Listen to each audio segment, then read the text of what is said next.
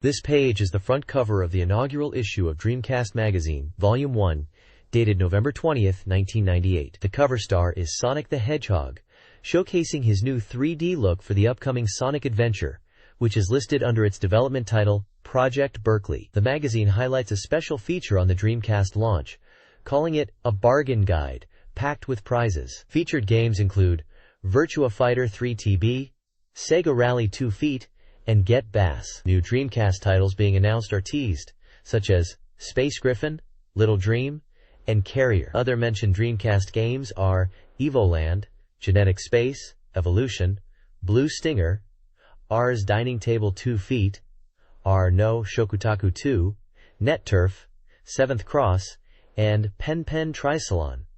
There's a noted VS section featuring a discussion between Capcom's Yoshiki Okamoto and Sega's Toshihiro Nagoshi. The magazine also covers Sega Saturn content, including a perfect catalog and latest software updates like Sakura Wars, No GL3, Tokimeki Memorial Drama Series Volume 3, and Monster Maker. Strategy guides for Saturn games Virtua Call S and Real Mahjong Adventure, Umi Summer Waltz, are also advertised. This page is an advertisement for the Dreamcast console, announcing its release date in Japan as November 27th. It features the Dreamcast logo prominently in white against an orange background, with the text Dreamcast below the logo and the release date announcement in Japanese. The Sega logo and company information are at the bottom. This page is an advertisement featuring Sagata Sanshiro, a character created by Sega to promote the Sega Saturn console. The advert promotes the game Sagata Sanshiro Shinken Yugi, which translates to Sagata Sanshiro's serious game. The tagline says, "To those who don't play seriously, I don't want to play with them." The game is advertised as being on sale for 4,800 yen and is for the Sega Saturn.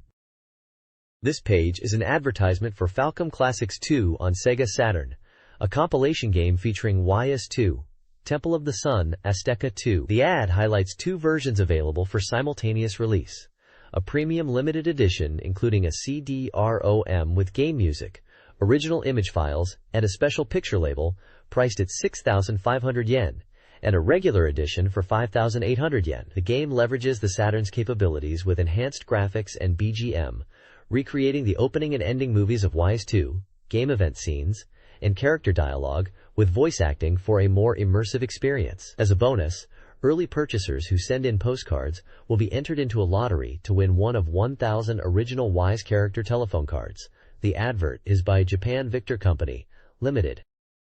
This page is an advertisement for Falcom Classics on Sega Saturn, promoted as a collection of Falcom's classic RPGs, and it also mentions the upcoming Falcom Classics 2. The ad highlights that Falcom Classics includes save data and voice acting for Wise events. Alongside the game, there's an advertisement for the Victor Twin Operator CD Player Special Pack, celebrating its 3rd anniversary. This twin operator can play video CDs and photo CDs, and it's compatible with Sega Saturn for both games and media. They are also offering a lottery for 100 people to win a telephone card for purchases made before December 31st.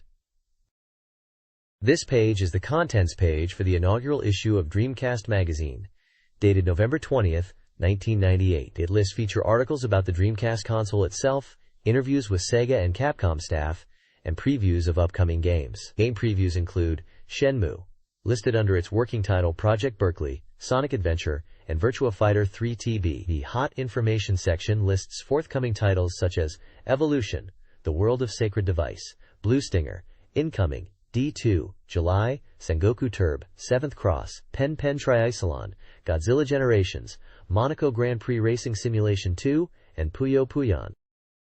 This page is the Game Index, a contents page showcasing games featured in this issue. It is divided into Dreamcast and Sega Saturn sections, listing games alphabetically with page numbers. Dreamcast titles include Sonic Adventure, Shenmue, listed as its working title Project Berkeley, Sega Bass Fishing, Blue Stinger, and Evolution, The World of Sacred Device. For Sega Saturn, the index lists a variety of Japan-exclusive games, such as entries from the Sakura Wars, Shining Force, and Langrisser series, alongside titles like Neon Genesis Evangelion, Eva and Happy Companions, dating sims, and mahjong games. This page is an advertisement for the Super Robot Wars F&F Final Chapter Perfect Reference Strategy Guidebook. This book covers both Super Robot Wars F and Super Robot Wars F Final Chapter games. It's advertised as a complete guidebook with event flowcharts, pilot and unit data, spirit command combos, and pilot and unit diagrams. The book is scheduled for release in mid-November 1998, priced at 2,300 yen, and is 440 pages long in B5 size. The advertisement emphasizes that the book contains all the information fans need for these popular games, including previously unrevealed hidden elements and original content. This page is the contents page for a Dreamcast Special Edition, focusing on the hardware and software available for the system. It is titled All About Dreamcast and is a Dreamcast Buyer's Guide. The contents are divided into two main sections. This is Dreamcast Hardware Edition, covering topics such as the system's high performance, the Dreamcast, DC main body, peripherals, and communication functions. The second section, Dreamcast Software Early Table Software Edition, previews software with parts focusing on launch titles, games planned for release in 1998 and 1999, and a list of 54 licensees. The page also highlights the impending release date of the Dreamcast, stating, "Release date November 27th, Friday, is just around the corner."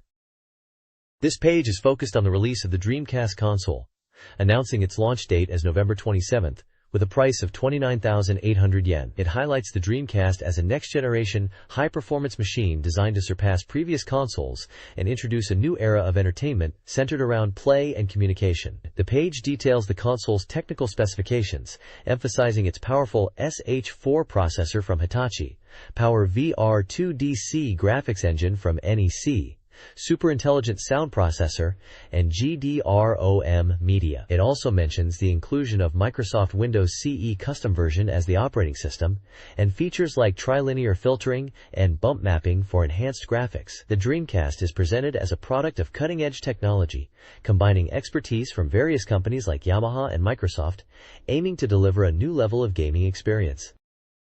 This page details the Sega Dreamcast as a next-generation console, answering frequently asked questions. The name Dreamcast combines dream and broadcast, representing broadcasting dreams into the future, while its spiral logo symbolizes infinite possibilities and happiness. The design was finalized by Hideki Sato's team after considering proposals from Italian and American designers. The sound system, powered by Yamaha, offered 64 channels, and the console used GDROM, a high-capacity format exceeding CD-ROMs. Compared to the Sega Saturn, the Dreamcast was smaller, lighter at 1.5 kilograms, and included an internal power supply. It used Windows CE as its operating system, customized by Microsoft, to simplify game development and broaden the game library, leveraging the SH4 and Power VR2 architectures for synergy. This page is an in-depth hardware check of the Dreamcast console, part 2 of a series. It highlights details of the Dreamcast's exterior design and functionality. The top view section discusses the console's dimensions, noting it is smaller than the Saturn and PlayStation. It mentions the simple design with the Dreamcast logo printed on the panel. The open button section describes the CD tray's open button on the right side of the console. It explains that the CD rotation stops when the panel is opened, even during operation, and that the drive supports music CDs, including singles. The power button and lamp section details the power button on the left side, a lock-type switch. It describes how the center crystal part illuminates in dream orange when powered on. It points out the absence of a reset button, with soft resets handled through controller operations. Finally, the controller ports section focuses on the front of the console, which features 4 controller ports. It explains, these are serial input/output ports, not just for 4-player gaming, but also intended for connecting peripherals, like keyboards and cameras. It notes the Sega logo and the Windows CE logo are printed in monotone on this part of the console. The Dreamcast's design features a slanted silhouette with minimal fan noise. Its rear panel includes power, AV output, a modem port, a console first with included cable, and a serial port for devices like the Neo Geo Pocket and potential MIDI devices. The modem port is for telephone line connections, while the serial port facilitates data exchange. Upon powering on without a disc, the Dreamcast displays the Sega logo and a Saturn-like menu, offering a simplified music CD player. Visual memory management allows file manipulation on VMUs, supporting copying and deletion across up to 8 units. Users can personalize VMUs with approximately 30 icon types, and each game save file has a distinctive icon for organization. This page highlights Dreamcast peripherals, focusing on the Dreamcast controller and the visual memory unit, or VMU. The Dreamcast controller is described as an evolution of the Sega Saturn's 3D controller, featuring a directional pad, analog stick, A, B, X, Y buttons, and left and right triggers. It's designed with a comfortable grip and has 2 slots for visual memory units. It was released on November 27th and priced at 2,500 yen. The article notes that despite its size, it feels comfortable to hold, and the cable length is about 2 meters. It compares its size to controllers from Nintendo 64, Saturn, and PlayStation, suggesting it is not as large as it may initially appear. Moving on to the visual memory, it is presented as an essential peripheral for saving game data, similar to the Saturn Power Memory or PlayStation memory cards. The VMU boasts a liquid crystal screen, operation buttons, and a communication connector, allowing it to be used as a portable device for data management and even simple gameplay. It has a memory capacity of 128 kilobytes and can store game save data. The image of the VMU screen shows a save file for Godzilla. This likely refers to Godzilla Generations, a Dreamcast game released in Japan. The VMU allows for data management outside of the Dreamcast console itself. This page showcases a variety of Dreamcast peripherals available at launch. It highlights the arcade stick, especially useful for fighting games, featuring 6 buttons, an 8-way stick, and a visual memory slot. A racing controller is also presented, designed for racing games, and aiming for an arcade-like experience. The Dreamcast keyboard is shown as a first for home consoles, allowing internet connectivity and email, utilizing software keyboard input. Additionally, various cables like Sterminal, Stereo AV, and modular cables are listed. The page then previews other interesting peripherals. The Rumble Pack enhances gameplay with vibrations synced to game events. A VGA box enables connection to PC monitors via RGB. A fishing controller, designed like a fishing rod, offers realistic fishing game experiences with vibration and sensors. A microphone device, using the visual memory slot, is introduced as a headset for voice recognition and communication in games. The page also mentions potential future devices like cameras and highlights the possibility of TV phone systems, building upon Sega Saturn research. Finally, it teases many variations of the visual memory, mentioning character-themed versions like Moslad and Gamera, showcasing the customization options coming for the VMU. This page highlights the Dreamcast's built-in communication features as a key selling point. It emphasizes that the Dreamcast comes network-ready right out of the box thanks to its built-in modem. The Dreamcast will use dedicated communication software called Dream Passport for internet access, browsing homepages, email, and chat. The official Dreamcast homepage called Dreamcast is being launched, and services like GameBurn and Daily DC News will be available. 2 network services are mentioned: Mail Chum, a virtual mail friend system, and Dream Map, a service that shows you other Dreamcast users nearby on a map. There is also a daily feature called Daily Dream Bento, with manga illustrations, featuring artists like Eri Sagami, Mika Ito, and Candy Kitchen. The screenshots show the Dream Passport menu, with icons for various functions, including game information, email, chat, user details, options, and an address book, alongside a map interface for the Dream Map service. The Dreamcast offered various online capabilities. Internet access utilized NTT lines and web money cards for payment, or existing ISPs. Communication battles enabled online multiplayer via the Dwango system, starting with Sega 2. Dreamflyer email software allowed users to send personalized emails with. Web TV provided internet access on TVs for a monthly 2,000 yen fee, requiring a separate application and browser, with widespread access points. Dreamcast shared architecture with the Naomi arcade board, facilitating game porting and cross-platform play potential, promising new gaming experiences. DreamSong, a karaoke application, was planned for mid-99, bringing home-based karaoke with background videos. This text presents early Dreamcast software, highlighting Virtua Fighter 3 TB as a top title, a perfect arcade port with team battles and Dreamcast-exclusive content. 2 bundles were offered: a gorgeous set with console, game, arcade sticks, and a minimum set. Sega Rally 2 is positioned as the ultimate arcade-perfect racing game with original Dreamcast elements and network battles via DWANGO. It also had gorgeous and minimum sets, alongside a separate racing controller release. Godzilla Generations is an action game featuring monster battles across Japan, with a visual memory minigame and 4-player mode. A movie-like suspense-adventure game is described as a mature cyber mystery with high player freedom. Lastly, Pen Tricelon is a light-hearted 4-player action race game with penguin-like characters and attack moves.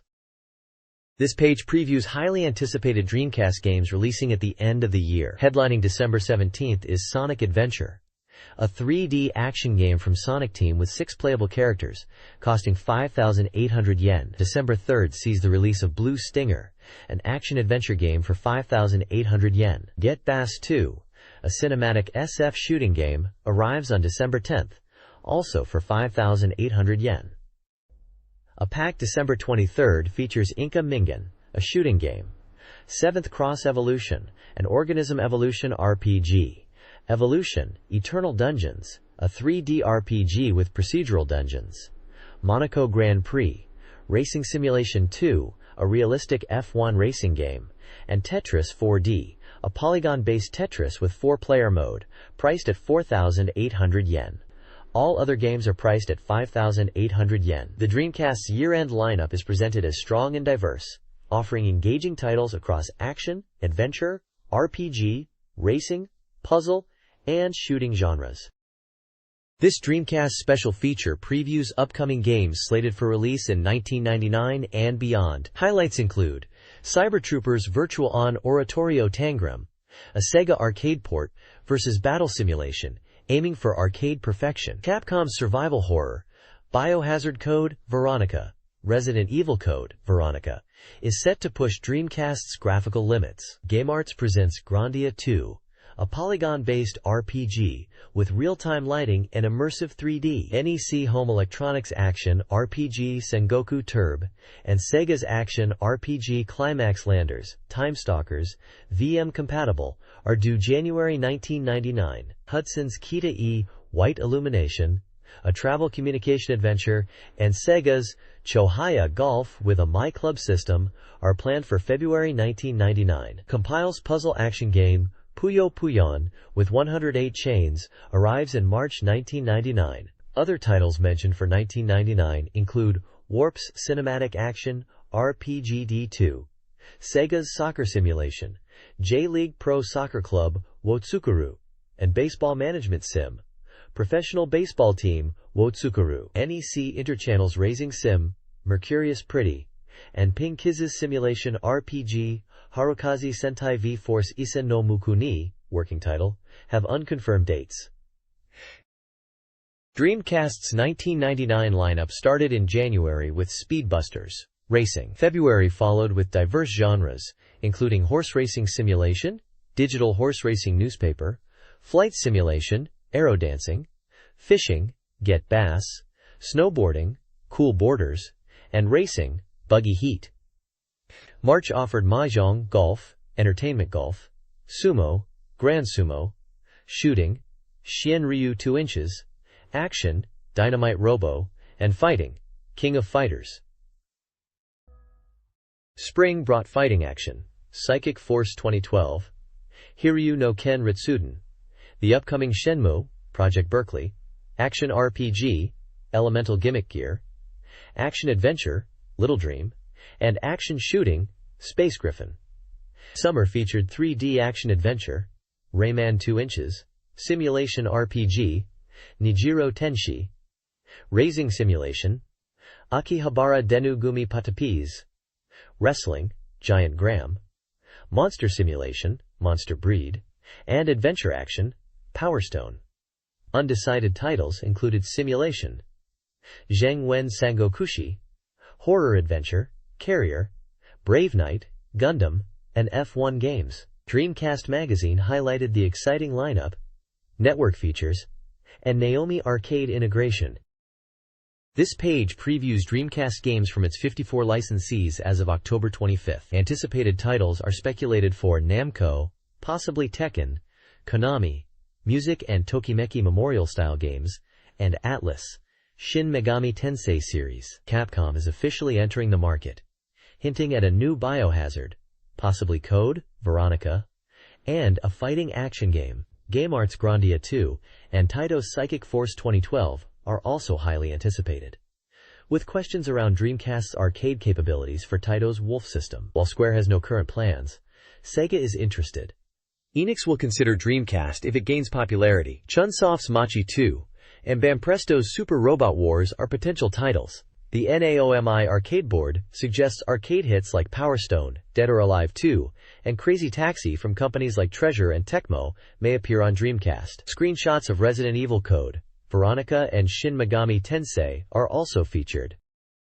This page is about the Dreamcast launch in Japan and if it will be possible to buy one on release day. The article discusses the overwhelming success of the pre-order campaign, reaching 100,000 units in just 2 days, but also addresses concerns about potential stock shortages for the initial shipment due to a Power VR2 chip supply issues.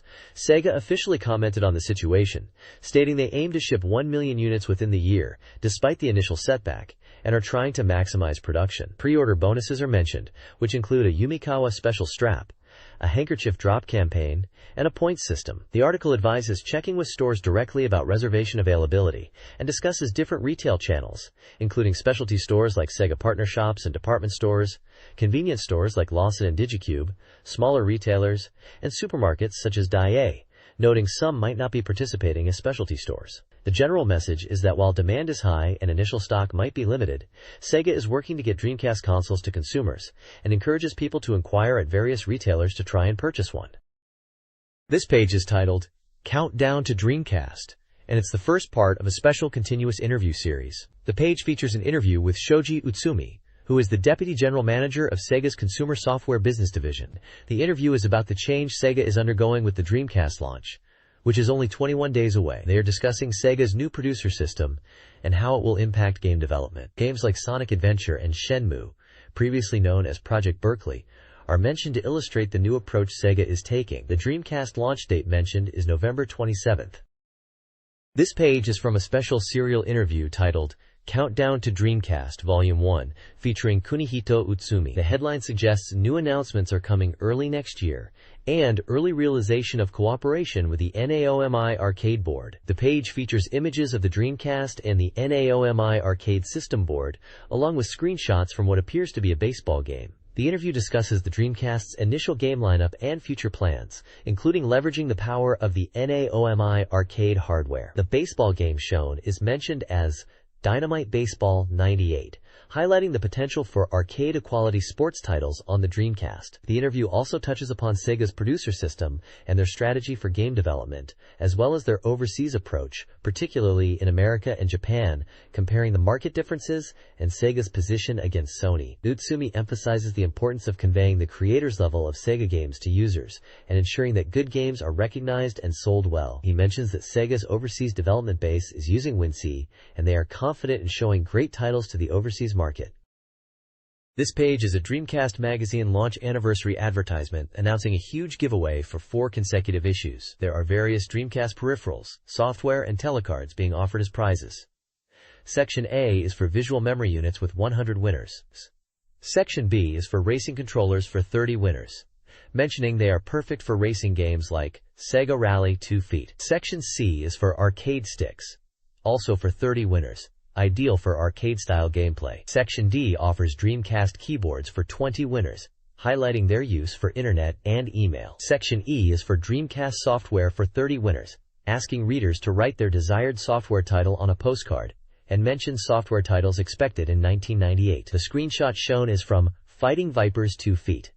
There are also non-sale items being given away. Item 1 is a Dreamcast Uchiwa fan, featuring the Dreamcast logo, and an image of Director Yukawa from Sega, for 20 winners. Item 2 is a Yukawa QUO card, a prepaid card featuring Director Yukawa, usable at convenience stores and gas stations, for only 3 winners.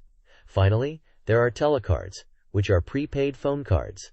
Section F and G are Sonic Adventure telecards, each for 50 winners. Section H is a Virtua Fighter 3 TB telecard for 50 winners. Section I is a Sega Rally 2 telecard for 50 winners. Section J is a D no Shokutaku 2 feet telecard, which is likely referring to Enemy 0 2 feet, also for 50 winners. And it states, now printing. This page is showcasing a prize giveaway featuring various Sega Dreamcast merchandise sets. First up is the Virtua Fighter 3 set, which includes a hoodie, t-shirt, poster, and guidebook. Next is the Daytona USA 2 set, featuring a cap, t-shirt, poster, and video. Following that is the Spike Out set, with a t-shirt, bandana, video, and poster. The Virtua Striker 2 set includes a towel, t-shirt, watch, floppy disk, and poster. Then there is the Fighting Vipers 2 set, which comes with a honey doll, watch, card, and poster. The Scud Race set offers a guidebook, sticker, and poster. First piece set. The Virtua Fighter Kids set includes a cute lunchbox, pouch, and poster. The Cyber Troopers Virtual On Oratorio Tangram set features a mug, towel, t-shirt, cap, and telephone card. Lastly, for the sets, the Get Bass set includes a logo cap and stickers. Below the sets are telephone cards. The first is for Sengoku Turb, which is the Japanese name for Samurai Showdown 64, Warrior's Rage. Next is a Power Stone card, themed around the All Japan Women's Pro Wrestling Queen of Queens event. After that is a Pen Pen Triathlon card, and finally, a Blue Stinger card. The next page showcases various Dreamcast merchandise available as prizes. There's an Akihabara Electric Town Group collection figure set featuring popular anime and manga characters, and a Sakura Wars 2 inches keychain figure set Volume 1 with cute mascot figures. You could also win a Pen Pen Triathlon pin badge set with unique character designs, or a Sega Rally 2 inches wristwatch with a simple design. For Godzilla fans, there's a Gather Godzilla portable game. If you are waiting for Psychic Force 2012, you could win a mug cup to enjoy coffee while reading the latest news. An Elemental Gimmick Gear notebook with beautiful illustrations on the cover is also up for grabs. Racing enthusiasts could win a Monaco Grand Prix racing simulation 2 inches lighter with a unique design. For fans of Dino Shokutaku 2, there is a set of goods signed by Ino Kenji, which includes a Lola doll, a Sengoku Turb, and 7th Cross t-shirt and Teleka set is also available, featuring illustrations from both games. Finally, there's a Data East set, including Detective Jinguji Saburo-themed goods and Revive Resurrection replica animation cells. At the bottom there are also Teleka cards featuring game artwork for Climax Landers, Puyo Puyon, The King of Fighters 98, Jason Sekai Evolution, and a Dreamcast character. This page is all about incredible prizes for Dreamcast and Saturn gamers. You can win some awesome goodies like an original telephone card set for Mahjong Gakuen Matsuri DX. There's also a cool desk mat featuring Friends Seishun no Kagayaki. Langrisser fans will love the 99 calendar up for grabs. T-shirts. If you're into Find Love, you could win official fan club t-shirts or a mousepad and telephone card set combo. For Suchi Pie collectors, there's a rare Light Shave handheld game prize. Music fans can score an original single CD packed with music from Saikyo's classic shooters. Think Strikers 1945. A stylish Baroque t-shirt is also in the mix, along with a Can Bunny extra desk mat and clear file set. Grandia fans can snag a super cute Pui plush doll. High School Terra Story is offering a clear file set. Lunar 2. Eternal Blue has a lovely letter set as a prize. For true Sega fans, there's a signed Sagata Sanshiro clear file and goods set, signed by Hiroshi Fujioka himself. And finally, a real collector's gem, a Yoshiki Okamoto signed panel for Techromancer, known as Chuku Senki Kikayo in Japan. To get in on this prize bonanza, you need to send in your application by November 20th. Don't miss out. This page is a news update for Dreamcast in Weekly Landmark magazine, focusing on Sega amusement facilities. It highlights that Dreamcast Play is available at Sega amusement facilities and indoor theme parks like Joyopolis. The page features Sega Arena Nakama in Fukuoka, where visitors can experience Dreamcast games on a massive 120 screen, creating an immersive gaming experience. Dreamcast Touch and Try corners are opening at Sega theme parks and Joyopolis locations, starting from November 7th. The article mentions the Dreamcast launch and potential difficulties in obtaining the console due to production issues. Finally, there is a teaser about a special, exclusive interview between the presidents of Sega and Capcom, scheduled for November 27th. This page talks about some exciting events at Joyopolis and upcoming Dreamcast releases. First up, there's an event called Chance of Meeting happening at Joyopolis locations in Tokyo, Yokohama, Kyoto, Okayama, and Fukuoka in November. It's for people 18 and over to meet in groups, enjoy attractions and food, and win prizes. Next, there's news about the first full 3D CG animation from Japan called Visitor, and it's becoming a Dreamcast game in June of 1999. This animation is about a crisis in 2099 involving two girls, and it's being broadcast on WWW in November. There's a schedule for related releases, including a soundtrack CD, video and DVD volumes, character figures, a novel, rental videos, and finally the Dreamcast game itself, all coming out between November 1998 and July 1999. There's also info about a special Saitama Prefectural Citizens JP Go Day at Joyopolis on November 14th, offering discounted passports for Saitama residents. Lastly, there's a big feature on Dwango, a new high-speed communication network service for Dreamcast that will allow multiple players to battle online for the first time on consoles. It's mentioned that Dwango is different from services like XBAND because it can support more players, like 4 to 8 people. Sega Rally 2 is highlighted as a game that will utilize this service for online multiplayer battles. The article quotes Mr. Kawakami from Dwango explaining the service and its advantages. Taisho Ramondo in Tokyo is offering limited edition Sakura Wars Christmas cakes, with only 500 available for reservation starting November 14th, priced at 1,800 yen, and for pickup in late December. Konami's character goods store, Kona Milk, is expanding into Asia, beginning with 5 stores in Taiwan, following an October 20th press conference. Bandai is also launching reservations for their popular character decoration Christmas cakes for 1998, featuring 6 designs, including Pokemon and Doraemon, priced at 3,500 yen. The Sega Saturn game, Black/Matrix, will be re-released in early November due to popular demand, featuring an updated jacket. Lastly, Digicube, a familiar name to gamers, is sponsoring the Minardi F1 team, and Fuji TV is hosting an F1 driving event in Odaiba on October 19th, with driver demonstrations and singer KIKO performing. This page highlights the finale of the Hiro Sagata Senshiro's Last Stage event, which was the last Sega Saturn Festa in Tokyo Joyopolis. This event, which has been running on the 3rd Sunday of each month since March 1997, reached its 20th and final iteration on October 18th. Sagata Senshiro, played by Hiroshi Fujioka, was present, and the event was described as a grand finale with passionate fans. Future Dreamcast-related events are hinted at, with announcements to follow.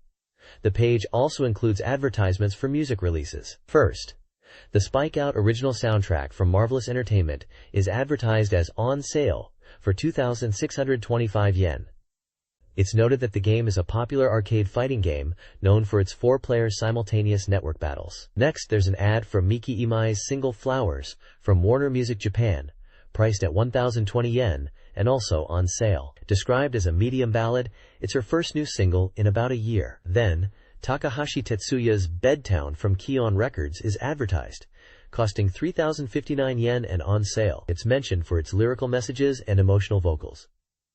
Finally, Splendor Hard Romantic by Polystar, priced at 3,000 yen and on sale, is advertised. This is the 3rd album from a global unit, centered around composer Hiroyuki Ohashi, featuring sophisticated melodies and sweet piano sounds. Dreamcast Magazine presented its anticipated titles Top 25, ranking the most anticipated Dreamcast games. Topping the list was Grandia 2, a highly anticipated RPG boasting polygonal graphics. Virtua Fighter 3 TB, promising high-level graphics and intense battles, secured the 2nd spot, followed by Sonic Adventure, which was already 90% complete and featured exciting stage designs. Sega Rally 2, Cyber Troopers Virtual on Oratorio Tangram, Biohazard Code, Veronica, The King of Fighters, Kita-E, White Illumination, Psychic Force 2012, and Mobile Suit Gundam rounded out the top 10. Further down the list, notable games included Shenmue, Neon Genesis Evangelion, D2, and Blue Stinger. The rankings were based on reader anticipation up to October 30th and were expected to change as new information emerged.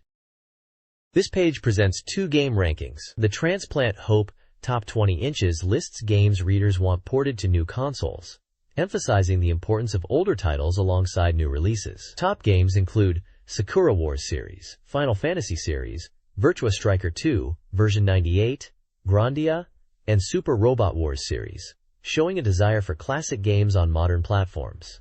The video game income ranking top 15 inches highlights top-earning arcade games, led by Virtua Striker 2, version 98, Virtua Fighter 3 TB, and Street Fighter 03. The weekly pickup focuses on Dead or Alive++, described as the series' pinnacle, with unique gameplay elements like strike, hold, and throw, alongside Spike Out, praised for its popularity and gameplay.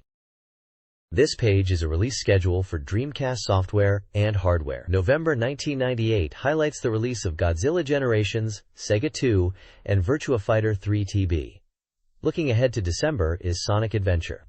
January 1999 is slated for Climax Landers, and February will see Aero Dancing and Get Bass. Many more titles are listed for release throughout 1999, including D no Shokutaku 2, the highly anticipated Project Berkeley, which we now know as Shenmue, Elemental Gimmick Gear, Grandia 2, and Rayman 2. On the hardware front, November 1998 sees the Dreamcast console launch alongside peripherals like the arcade stick, controller, visual memory, and racing controller. A fishing controller, VGA box, rumble pack, and microphone are also mentioned as upcoming peripherals, with release dates to be confirmed. Lastly, there's a note about Saturn Games' Masura Dream Battle and Gamera Dream Battle listed under other related products. This page is a special interview to commemorate the launch of Dreamcast Magazine and the imminent release of the Dreamcast console, featuring a discussion between Yoshiki Okamoto from Capcom, the head of development, and Toshihiro Nagoshi from Sega, manager of the AM11 Research and Development Department. The interview is titled, Dreamcast Launch Imminent, talking about the dreams of a new era of games.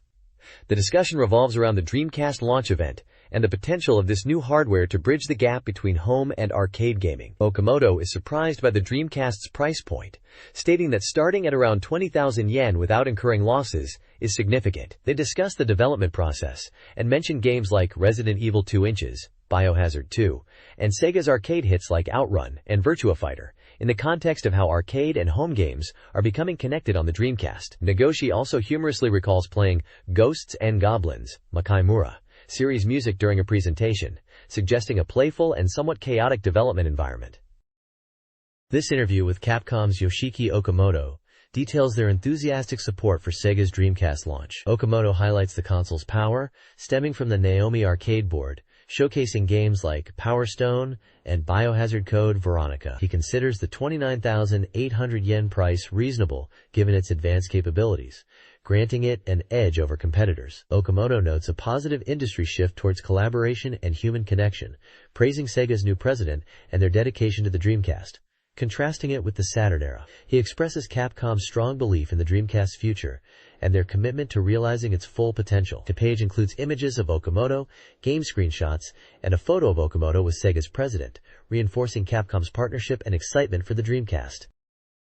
This page features an interview between Okamoto Yoshiki and Nagoshi Toshihiro from Sega AM Research and Development Departments, discussing the Dreamcast and the future of gaming. They talk about the excitement surrounding the Dreamcast's capabilities and the high quality of the graphics, particularly noting how clean and impressive the visuals are, even compared to Sega's previous arcade hardware like Model 3. The interview touches upon the shift in Sega's internal structure, with AM Arcade and CS Consumer Software teams working more closely together. They mention the game Virtua Fighter 3 TB, showcasing its impressive visuals as a demonstration of Dreamcast's power. There is also a mention of Spike Out, described as a new action game being developed by AM2, highlighting its focus on multiplayer and network capabilities using the Model 3 board and showcasing new forms of communication and gameplay experiences. They discuss how the Dreamcast allows for arcade-quality games at home and express optimism about the future of gaming on the platform and the closer collaboration within Sega, emphasizing a synergy between arcade and home console development.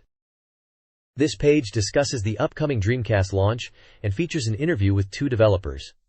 The interviewers are asking about the Dreamcast's potential and upcoming games. One of the developers, referred to as Okamoto-san, discusses Biohazard, Resident Evil, stating that it is finally announced and he feels relieved. He mentions the difficulty in finding staff to create the backgrounds for Biohazard, and that Capcom are doing multi-platform development. The other developer, referred to as Namkoshi-san, is discussing Spike Out. He mentions it's doing well and that Model 3 is at its limit, and they are thinking about what Model 3 can achieve. The page also mentions Virtua Striker 2 Inches as a highly anticipated Dreamcast title, highlighting the high demand for it and its potential to be a million-seller hit, even including overseas sales. It asks if the hardware performance is sufficient for the port, and if it will be possible.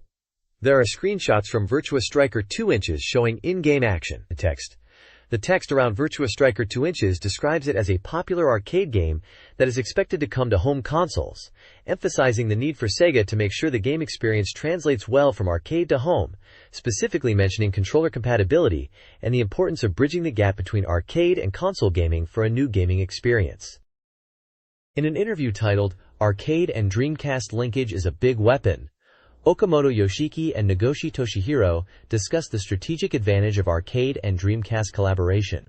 They are developing a new game for Dreamcast, related to the Biohazard series but distinct from Resident Evil 3 Feet, leveraging Dreamcast's advanced hardware over PlayStation to create new maps and scenarios. They jokingly address the game's early development stage, emphasizing visual immersion with movie-like graphics integrated directly into gameplay. The interview also touches upon Namco's Dreamcast entry and its industry-wide impact, focusing on content creation as the key differentiator. Screenshots highlight the NAOMI arcade board and Dreamcast VMS connection, showcasing Sega and Capcom's synergy. They conclude discussing Dreamcast's November 27th launch and release expectations, with Sega aiming to swiftly bring arcade titles to the new console, including potential ports like Virtua Striker 2 Feet.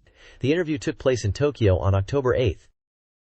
This page is a preview article for Yu Suzuki's latest game, Project Berkeley, which is known internationally as Shenmue. The article highlights the game as being a new genre, moving beyond the RPG label, and instead describes it as free. The article details a presentation event scheduled for December 20th, 1998, at the Pacifico Yokohama National Convention Hall. It mentions that this event is expected to be the largest scale announcement in history. The text describes Yu Suzuki's involvement, emphasizing his dedication to this project, and his description of it as a culmination of 15 years of work. There are images of the logos for RPG, crossed out, and free highlighted, indicating the game's departure from traditional RPG conventions. The article includes text that reads, "Coming 1999 Spring," with the Dreamcast logo, suggesting a release window for the game. This page is focused on the unveiling of Project Berkeley, which is revealed to be called Free. The article is an interview with Yu Suzuki, who explains the meaning behind free, which stands for Full Reactive Eyes Entertainment, emphasizing the concept of freedom and player interaction in this new games. Suzuki describes the game as being more free and less restrictive than previous games. The presentation for this new title is anticipated to be around 2 hours long and will be held in Yokohama at Pacifico Yokohama, a venue capable of holding around 5,000 people, similar in size to the Tokyo International Forum used for the Dino Shokutaku 2 Inches D2, and Sonic Adventure presentations. It is also mentioned that there are plans to hold similar presentations in other major cities after the Yokohama event, potentially early next year. Even if Suzuki himself cannot attend all of them, the video presentation alone will be worth attending. The article emphasizes the impressive visual quality of the game age, suggesting it will be a groundbreaking experience. This page is a scoop revealing information about Yu Suzuki's latest project, known at this stage as Project Berkeley, which would later be known as Shenmue. The article is titled, "Finally Visible, Chasing All Hints of Its Entire Picture," and features a large picture of Yu Suzuki, identified as the general manager of Sega AM2R&D Department 2. The page highlights that information on Project Berkeley is scarce, but teases that more will be revealed. It mentions that previous presentations, like for Sonic Adventure, had shorter video segments, but Project Berkeley will have a much longer presentation, around 40 minutes of age. They even have 25 hours of Barkley age. Merchandise for Sonic Adventure events, like calendars, postcards, and t-shirts, are also mentioned as potential items. Music is highlighted as a key focus for Project Berkeley. A special scoop section announces that a special disc is bundled with the Dreamcast version of Virtua Fighter 3 TB, Virtua Fighter 3 Team Battle. This special disc contains secret information about Project Berkeley, allowing players to imagine the world and vision of the game at this early stage of development. A screenshot from Virtua Fighter 3 TB is also featured. This page delves into Project Berkeley, which we now know as the monumental game Shenmue. The big headline reads, "What on earth is this?" hinting at the groundbreaking nature of the project. This is essentially an interview with Yu Suzuki himself about Project Berkeley. He talks about how people might associate him with Virtua Fighter and driving games. But this project is something different. Suzuki emphasizes the game's aim for realism, mentioning how they are capturing natural phenomena and creating natural forms within the game. He highlights the technological advancements, particularly in representing realistic motion and expressions of characters, mentioning that they used latest technology and powerful machines. He also talks about the game offering a unique virtual reality experience that goes beyond typical game structures, aiming to create a world where players can have truly different experiences. Suzuki mentions that they expect 1 million people to play the game and have completely different experiences, emphasizing the depth and emergent gameplay. He illustrates this with an example of going to school in the game and encountering different scenarios each day. He also hints at the game's length, mentioning scenarios spanning 100 hours of gameplay. The page includes screenshots showing a Japanese female character in a traditional setting, and abstract visuals possibly representing game elements or technology. The interview suggests that Project Berkeley is pushing boundaries and aiming for a level of immersion and realism never before seen in gaming. It's clear this is a very ambitious project from Yu Suzuki. This page is a special report from Dreamcast Magazine focusing on Sonic Adventure, highlighting the game's features and building anticipation for its release. The headline announces, "The whole picture is revealed," and "Countdown to release, last 5 weeks." It details that Sonic Adventure, Sega's highly anticipated action game, is scheduled for release on December 17th, priced at 5,800 yen. The article introduces Station Square as one of the 3 worlds within Sonic Adventure. It describes Station Square as a central hub with a resort hotel, an all-weather theme park called Twinkle Park, office streets, and shopping arcades, with a casino area accessible at night. The page features screenshots showcasing gameplay in Station Square, including city streets, a train station, a beach resort area, and a tunnel environment. Characters like Sonic and Knuckles are shown in these diverse locations. The text also includes taglines like, "I never look back, I've got no regrets," and "Cause time doesn't wait," hinting at the game's narrative and fast-paced action. The article promises deeper gameplay and exciting new stages.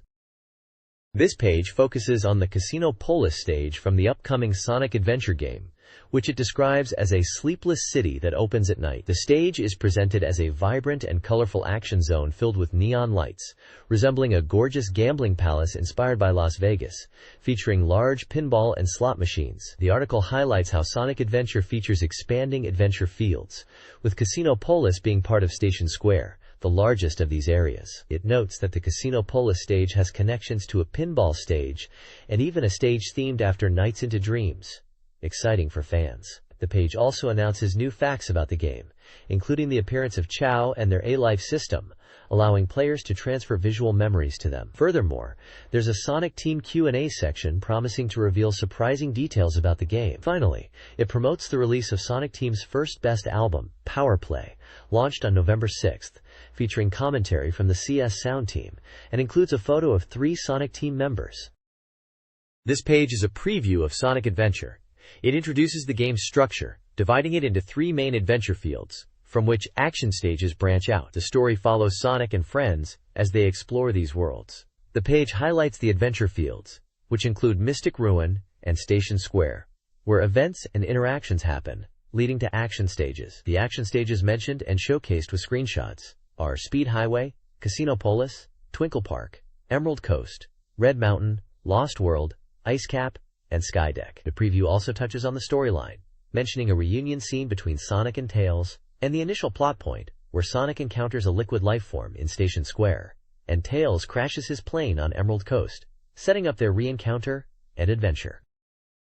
This page highlights the Casino Polis zone in Sonic Adventure, revealing that when Sonic returns to Station Square from Mystic Ruins, night has fallen, and this stage becomes accessible. Casino Polis is described as a luxurious action field inspired by Las Vegas, featuring a giant Sonic and Lion statue at the entrance, decorated with glittering lights. It's described as a hotel-like casino with pinball stages accessible from here. The page also mentions Sonic and Twin Seeds as a checkpoint, elaborating on the pinball stage within Casino Polis.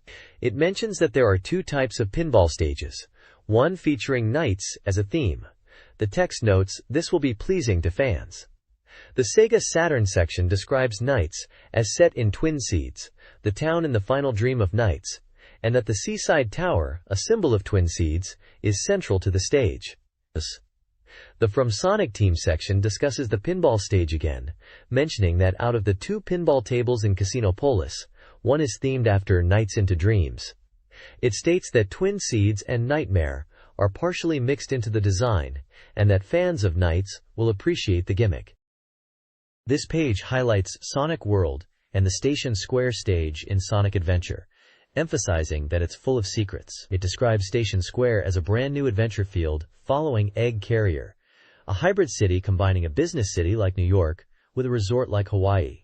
The stage changes appearance from morning to night, with offices and shops during the day transforming into a neon-lit casino area at night. The page points out that communication with city people is a new element in the game. Sonic's friends are also featured. Amy lives in Station Square, while Sonic, Knuckles, and Big are visiting for various reasons. Gamma is also present. And while Tails isn't pictured, he is said to reappear later. A checkpoint box mentions Sonic's popularity and how interacting with humans, something seen in videos but not in previous games, is a feature in Sonic Adventure. It notes that Sonic Jam on Sega Saturn also contains scenes of Sonic meeting people. Pickup Scene 2 Inches focuses on traveling to Tails' workshop by train from Station Square. It explains that the station in Station Square connects to Mystic Ruins by rail, and Tails' workshop is located further along this line. This page is all about Sonic Adventure. It's showcasing the game at the Tokyo Game Show, highlighting that players can try out the game and play as 5 of the 6 main characters: Sonic, Tails, Knuckles, Amy, and E102 Gamma, with Big the Cat being unavailable at the show. It details each character's unique gameplay style.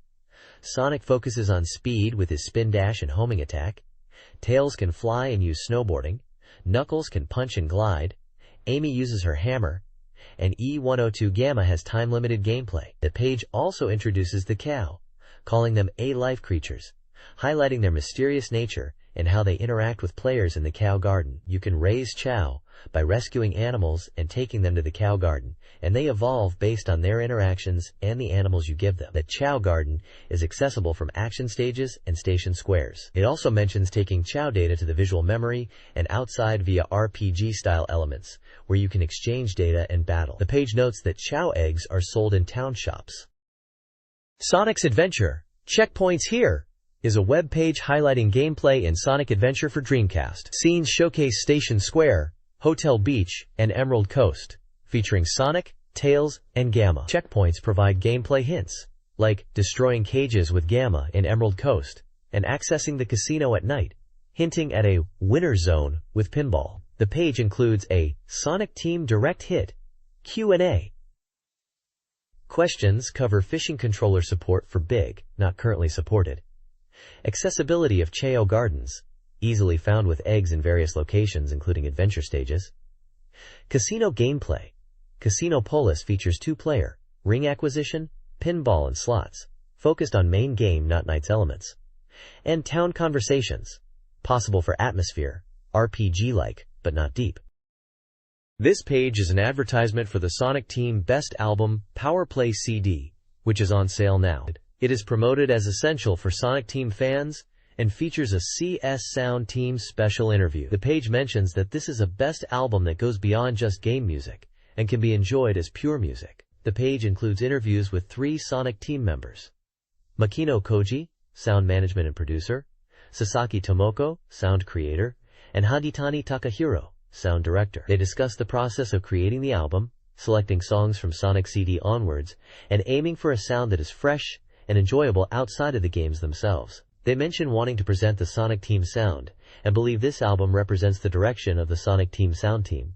From titles like Nights and Sonic R to the upcoming Sonic Adventure, the album track list is provided, and includes songs from Nights into Dreams, Dreams Dreams, Kids Ver, Christmas Nights, Dreams Dreams, Acapella Ver, Sonic R, Super Sonic Racing, Can You Feel the Sunshine, Number 1, Burning Rangers, Burning Hearts Flame Angel, We Are Burning Rangers, I Just Smile, Sonic CD, Sonic You Can Do Anything, Cosmic Eternity Believe in Yourself, Bonus Track, Dreams, Dreams, Sweet Mix and Holy Night.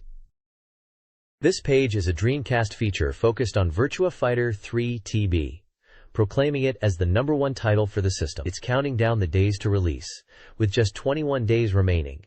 The page highlights several new elements in the Dreamcast version. Dual stages are showcased with new desert and cave environments. Character models have been refined. A new training mode with frame data display is introduced, useful for practicing combos. A history mode is also being added, offering a collection of unreleased age from the Virtua Fighter series. Additionally, a special disc named Project Berkeley is announced to be included with the game, and it teases its top-secret content, which is related to the VF series and developed by Yu Suzuki over 3 years. The game is scheduled for release on November 27th at a price of 5,800 yen. It supports 1 to 2 players in 3D battles and is compatible with the visual memory unit. The development is reported to be 90% complete. This page is focused on Virtua Fighter 3 TB for the Dreamcast, highlighting new and enhanced features compared to the arcade version. It emphasizes the complete transplant to the Dreamcast.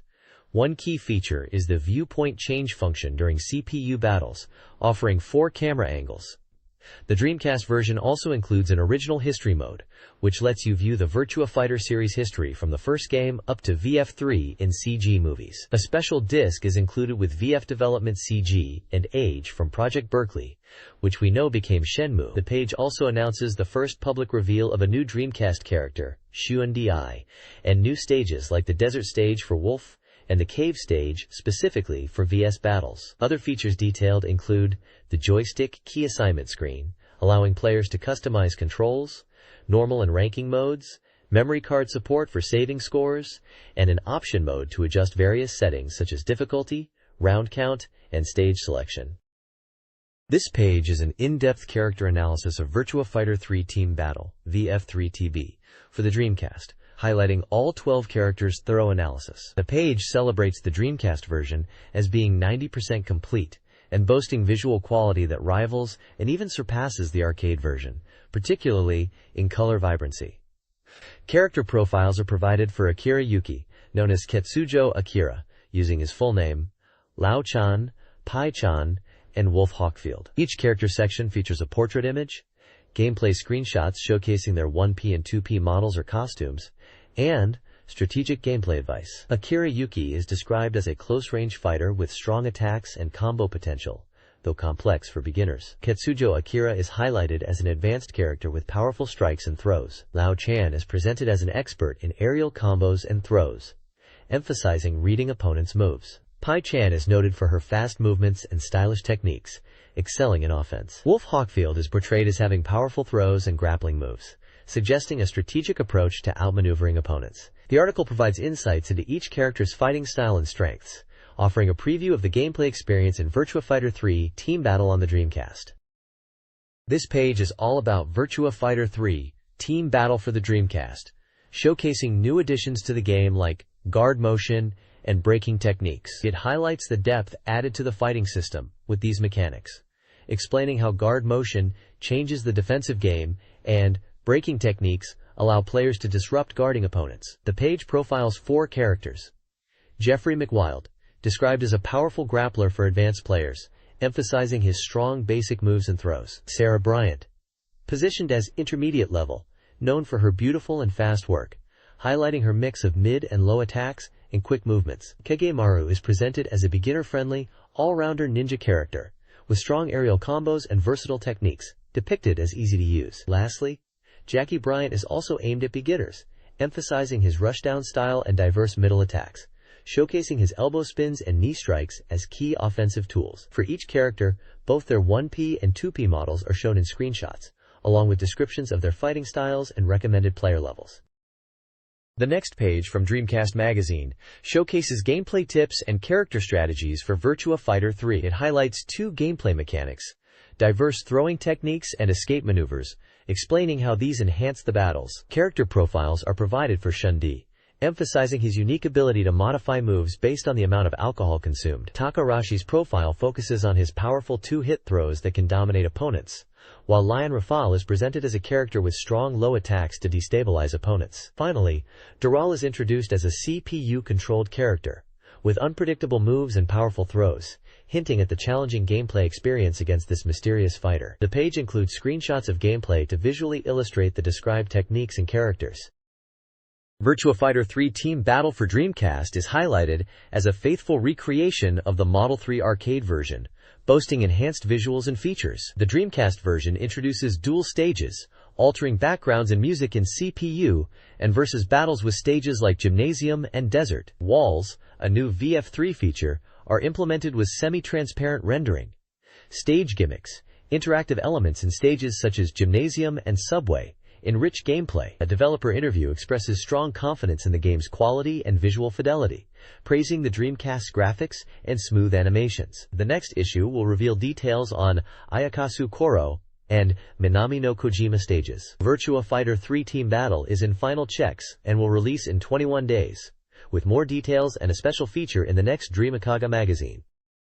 This page is dedicated to Sega Rally Championship 2, promising a thorough analysis of the game simulation's newest graphics. It's a special report announcing further additions to the game, specifically 2 more cars being decided for inclusion. The article suggests there's still a possibility of even more cars being added to the announced 14 cars, highlighting the Lancia 037 Rally and Alpine A110 as potential candidates, with the Lancia 037 Rally being featured with details about its legendary status and specifications.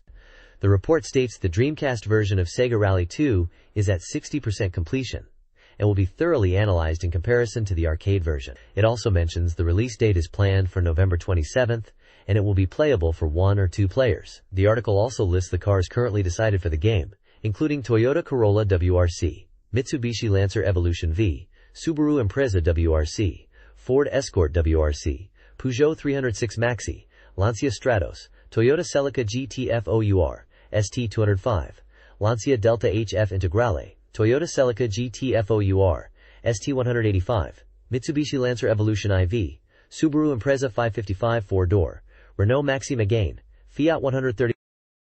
This page is showcasing Sega Rally 2, highlighting the game's development progress and focusing on the reproduction quality of 3 courses: Desert, Mountain, and Snowy, comparing the Dreamcast, DC, and arcade, AC, versions.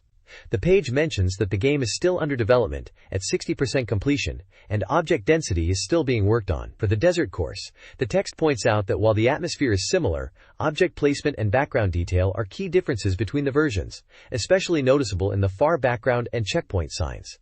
The Mountain course section highlights the Scurve corner, noting the arcade version has more impactful and detailed scenery, particularly the rock textures. Finally, the Snowy course analysis mentions the lack of snow and spectators in the Dreamcast version currently, but emphasizes the focus is on replicating the driving feel, with the text suggesting the checkpoint signs are slightly different between versions when viewed closely. The overall impression is that while still in development, the Dreamcast version aims to faithfully reproduce the arcade experience. This page is a feature comparing the arcade versions and Dreamcast versions of racing games, focusing on the visual improvements on the Dreamcast. The games showcased are Toyota Celica GT FOUR ST205 and Subaru Impreza WRC. The article highlights how the Dreamcast version of Sega Rally 2 has more detailed modeling around the front and rear of the cars, exceeding the arcade version's quality. For the Toyota Celica, the Dreamcast version is described as sharper, with refined front lights and air intakes, looking more realistic than the arcade. For the Subaru Impreza, the basic modeling is similar to the arcade, but the Dreamcast version adds fog lamps, which is a noticeable difference, especially in replays, and the rear area changes are subtle. The page also includes a special coverage section on DirectX and its role in easing the porting of games to the Dreamcast. It mentions that using Windows CE and DirectX for development allows for high performance and compatibility with PC development, making it easier to bring arcade titles to the Dreamcast quickly. The interview mentions Microsoft's involvement and how this approach streamlines development, allowing for simultaneous PC and Dreamcast development with the same team, improving efficiency and reducing development time. The article emphasizes the benefits of DirectX in leveraging PC compatibility to enhance Dreamcast game development and performance. This page is advertising the OVA fanbook for Sakura Wars OVA series called Sakura Wars, The Radiant Gorgeous Blossoming Cherry Tree. It is the lower volume of the fanbook. The fanbook is priced at 1,800 yen, B5 size, and contains 96 pages, and is scheduled for release this autumn. The fanbook includes story digests, staff interviews, and setting materials. It highlights that the seal art used in the advertisement is also included in the fanbook as a folding poster. It mentions it is the 4th volume in the series, and it's coming soon. This page is a special report on the upcoming Dreamcast version of the arcade hit, Get Bass. It highlights the porting of the popular bass fishing simulator to the home console, promising to exceed the realism of the arcade original. The game is scheduled for release in February 1999, with the price yet to be determined. The page details that Get Bass was already a popular arcade game known for its realistic fishing experience, and now Dreamcast owners can expect a complete port with enhanced elements. A dedicated fishing controller is being developed to further immerse players in the fishing action. Screenshots showcase the gameplay, featuring fishing scenes and lure selection menus, demonstrating the visual fidelity and user interface of the Dreamcast version. An interview section with staff members Seki Koro and Sato Junpei reveals insights into the development process. Seki Koro, from Sega AM1 R&D, mentions his role in planning and overseeing the port from the arcade version. He has also worked on titles like Indy 500 and Wave Runner. Sato Junpei, a programmer, explains his focus on technical software support for the Dreamcast version, indicating he is helping to bring the arcade program to the Dreamcast platform. They mention the game is about 20% complete at this stage, but already playable and visually impressive. They aim for even higher quality in the final product, addressing elements that couldn't be fully realized in the arcade version on the Dreamcast.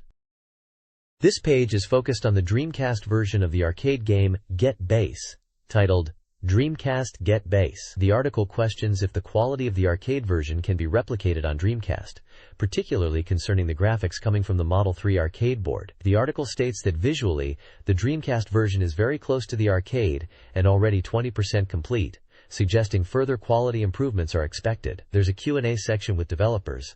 They discuss realism mode, stating they are aiming for more realistic gameplay. Visual memory support is being considered for features like virtual fish tanks and data saving. Communication features like network battles are being investigated but not confirmed. They are working on a dedicated fishing controller, scheduled for release in February of the next year. The interview section details the developers' efforts to make the home version enjoyable for long play sessions, unlike the shorter arcade experience. They are proud of achieving arcade-quality graphics on Dreamcast. Differences between versions are highlighted, such as individual fish AI reacting to lures, aiming for a deeper fishing simulation for home players. The developers express their commitment to exceeding the arcade version's quality for the Dreamcast release and ask players to look forward to it. Dreamcast Magazine's special report introduces Panther Software as a new developer for the Dreamcast. Panther Software announced 3 titles: Space Griffin, a story-driven real-time action shooter starring robot Hamlet, and Little Dream, a 3D action-adventure aimed at children, both slated for spring 1999. Brave Knights was also mentioned, but details were undecided. In an interview, Satosen from Panther Software highlighted their development philosophy of maximizing hardware at a low price, and praised the Dreamcast's powerful specs and affordability. They noted the Dreamcast's ease of development compared to the Saturn, leveraging their PC-centric background and experience with PowerVR 2 and Windows CE. While a PC version of Little Dream was considered, Panther Software stressed these Dreamcast titles are being built specifically for the console, emphasizing their excitement for the platform's capabilities. This page features an interview with Kentaro Sato, the representative director and chairman of Panther Software, announcing their entry into Dreamcast game development. The interview focuses on Space Griffin VF9, which is being remade for the Dreamcast from the PlayStation version. Sato discusses it as a remake, emphasizing improved graphics and additional elements while keeping the original story. He talks about creating games enjoyable for families, contrasting them with violent games. He highlights the interactive features of the Dreamcast, specifically online functionalities like in-game fuel replenishment. Sato also hints at a dungeon-based RPG being in development for Dreamcast, with a planned release around October next year. Screenshots of the PlayStation version of Space Griffin VF9 and Kitchen Panic are displayed. Kitchen Panic, a cooking game, is mentioned as being available on Windows 95 and PlayStation. This page is about the Dreamcast version of the game Space Griffin, originally released on PlayStation 3 years prior as Space Griffin VF9. This enhanced Dreamcast edition is a real-time action shooting game slated for spring 1999. It's a remake with significantly upgraded graphics and completely revamped visuals.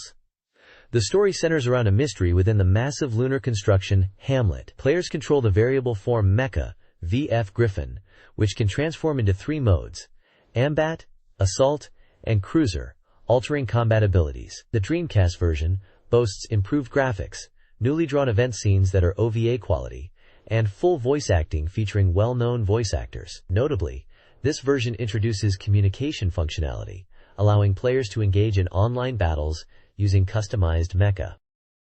The next page is an article about the upcoming 3D action-adventure game Little Dream from Panther Software, planned for release in spring of 1999. This game is set in Merryful Land, a vibrant fantasy world created by a goddess, and it takes inspiration from the world of Pinocchio. The protagonist is Charlie, a kind marionette who is brought to life by the goddess and embarks on a grand adventure filled with dreams and hope. The screenshots showcase the colorful 3D world and characters, including Charlie in different vehicles and scenes from Merryful Land, such as a Ferris wheel and an encounter with the goddess who granted him life. The game focuses on Charlie's journey to understand what future awaits him now that he is alive, and how he navigates this world inhabited by toys who have been given life by the goddess.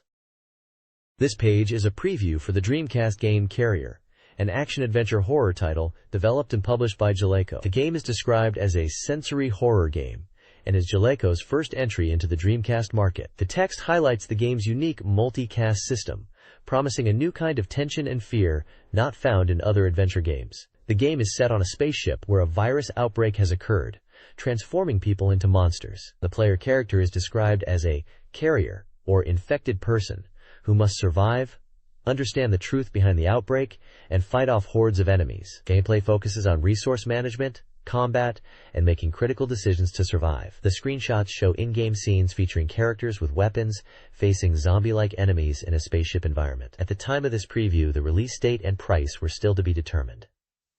The game is designed for one player. This page is all about the upcoming game Carrier, which is still a provisional title at this stage. The main feature being highlighted is the multicast system. Essentially, at the start of the game you choose one of two main characters. The character you don't pick then appears in the game as an NPC alongside you, acting independently, based on their own decisions, within the same time frame as the player. This means your actions will impact them and the game world dynamically, leading to different outcomes and a sense of realism. The game time flow is described as influencing where NPCs are located and how events unfold, so they won't always be in the same place each time you play. The original story and scenario are being created by Hideki Kakinuma, a well-known creator involved in anime and novels. He is known for his innovative ideas and detailed world settings. His representative works in OVA anime include Megazone 23, and he is also credited with story and mecha design and planning, original story, scenario, and direction for Gall Force, Space Chapter, and Earth Chapter. For TV anime, his notable work is D.T. Atron, where he handled series composition and scenario. New Aircraft Carrier Heimdall, or HI, is a game centered on a futuristic aircraft carrier where a weapons test went awry, causing crew mutations and communication loss. A disaster relief team is dispatched, but their helicopter is shot down by the carrier itself. Survivors crash land onto the flight deck, initiating the game. Players explore diverse locations like the flight deck, with deployed jets and approaching enemies, a warehouse infested with grotesque monsters, a hangar housing stealth fighters and strange artifacts, and dark, perilous interior passages plagued by electrical failures and lurking creatures. The game appears to be a survival horror or action title set within the claustrophobic and hostile environment of the Heimdall, where players must fight for survival against monstrous threats within the ship. This page is focused on the main characters of the game Carrier, which is referred to as a tentative title. The game is about a naval accident investigation by experts after a mysterious accident aboard the latest aircraft carrier. The game starts with the team being attacked by missiles from Heimdall and their helicopter crashing. The main characters introduced are Jack, a helicopter pilot and member of the Disaster Special Investigation Team, described as a leader figure. Jennifer, another member of the investigation team, with a strong sense of duty, and described as both intelligent and physically capable. Lang, an expert in crisis control and negotiations, with a cold and rational demeanor. Berg, a former Special Forces soldier and commando, now part of the Disaster Investigation Team, known for his robust physique and combat experience. Dr. Noble, an observer from the Disaster Special Investigation Team, known for his groundbreaking non-existent synapse theory in medical technology, but recently out of the public eye. The screenshots show in-game scenes with the characters interacting within the carrier environment. The text mentions that Jack and Jennifer are searching the ship and trying to reunite with other separated members, including Berg, who is a commander, and whose orders they were supposed to be following. Lang's dialogue suggests he is targeting an unknown enemy within the ship. This page introduces Evolution, the World of Sacred Device, a Dreamcast RPG, which is the first in a series. The preview highlights it as a highly anticipated title, set to revolutionize the RPG genre, with its impressive full polygon graphics and easy-to-play interface.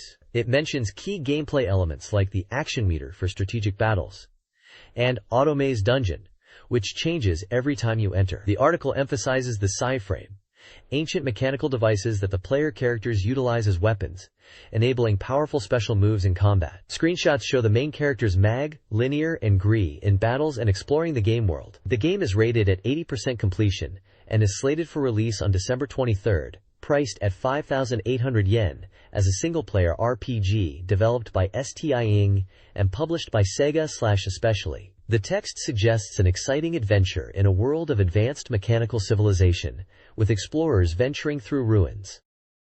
This page showcases a Dreamcast game centered around exploring ancient civilizations. The page highlights key elements of the game, including ancient civilization ruins, which are described as remnants of a lost advanced civilization with powerful machines called Psyframe. Evolucia is mentioned as a legendary treasure land of ancient civilization, possibly a military port holding valuable relics. The Republic Academia Socique is introduced as a research institute that commissions adventurers to explore dangerous ruins and rewards them for their findings, and it has close ties to the protagonist, Magajur. The page also profiles 5 adventurers: Mag Launcher, described as an impulsive young adventurer; Linnea Cannon, who is connected to Mag through her father's will and trusts him; Chain Gun, Mag's rival and a skilled Psyframe user; Grenade, a veteran from the Launcher family; and Pepperbox, a lively female adventurer from a third country.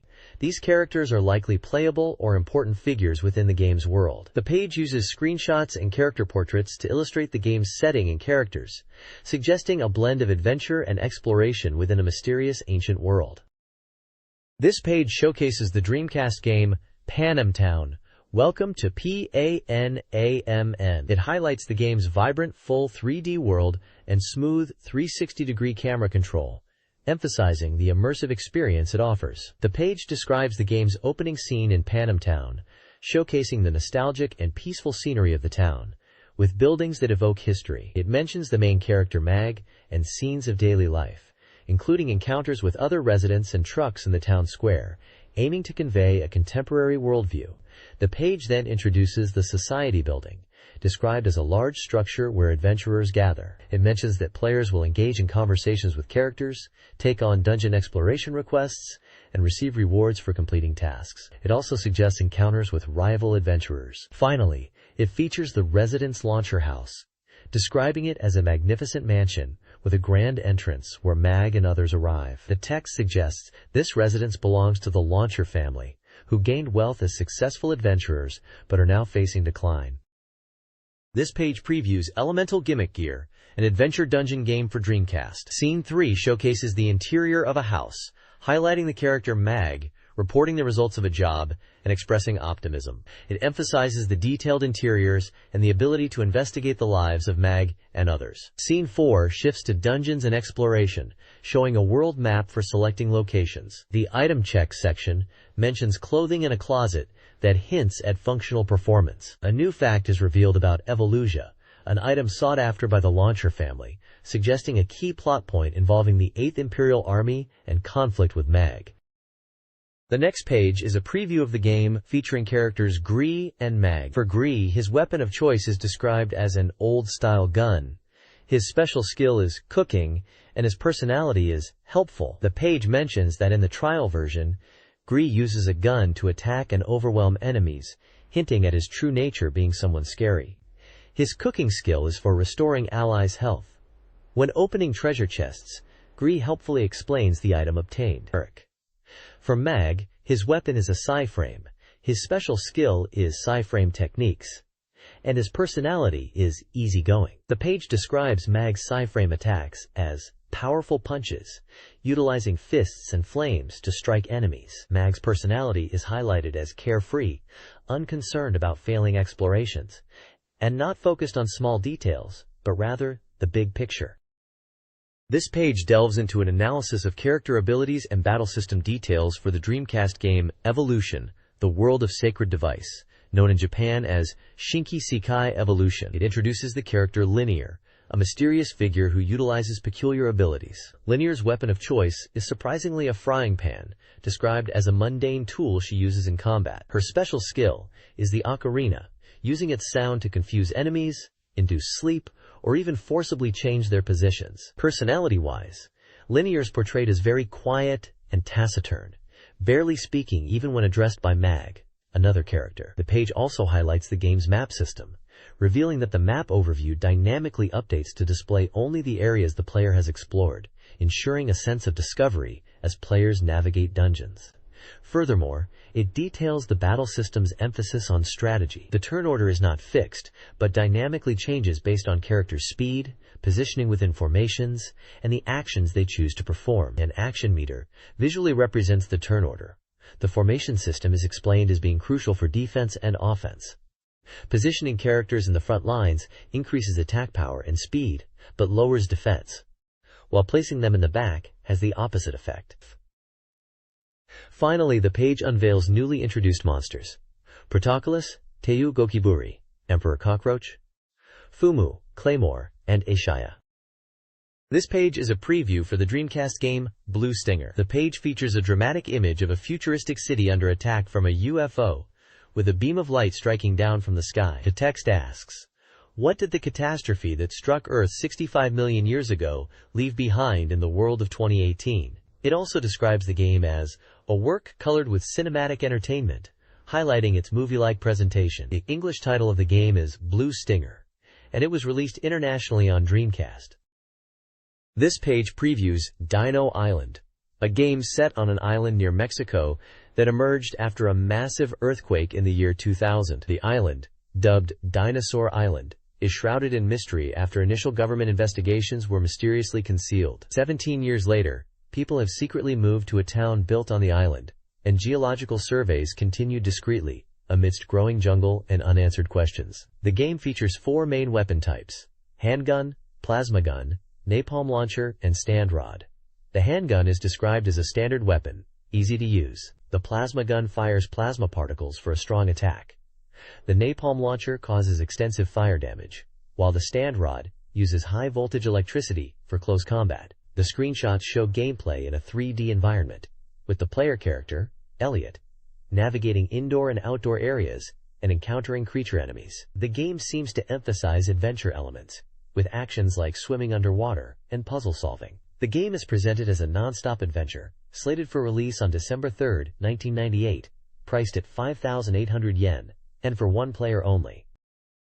Blue Stinger's soundtrack was recorded in December with a 60-person orchestra, split across 2 studios to capture the opening and ending themes, and will be released on CD by Nippon Columbia. Composer Toshihiko Sato, in his first game project, found composing for games more flexible than for film, especially when synchronizing orchestral pieces to visuals, making it feel akin to movie scoring. He created a 7.5-minute piece, alongside about 10 in-game tunes, using Dreamcast sounds. Storyboard artist Pete Von Scholey, known for works like Mars Attacks, praised Blue Stinger's cinematic quality and the dynamic freedom of game cameras over film, highlighting their simplicity and flexibility. He eagerly awaits the release, impressed by its movie-like qualities.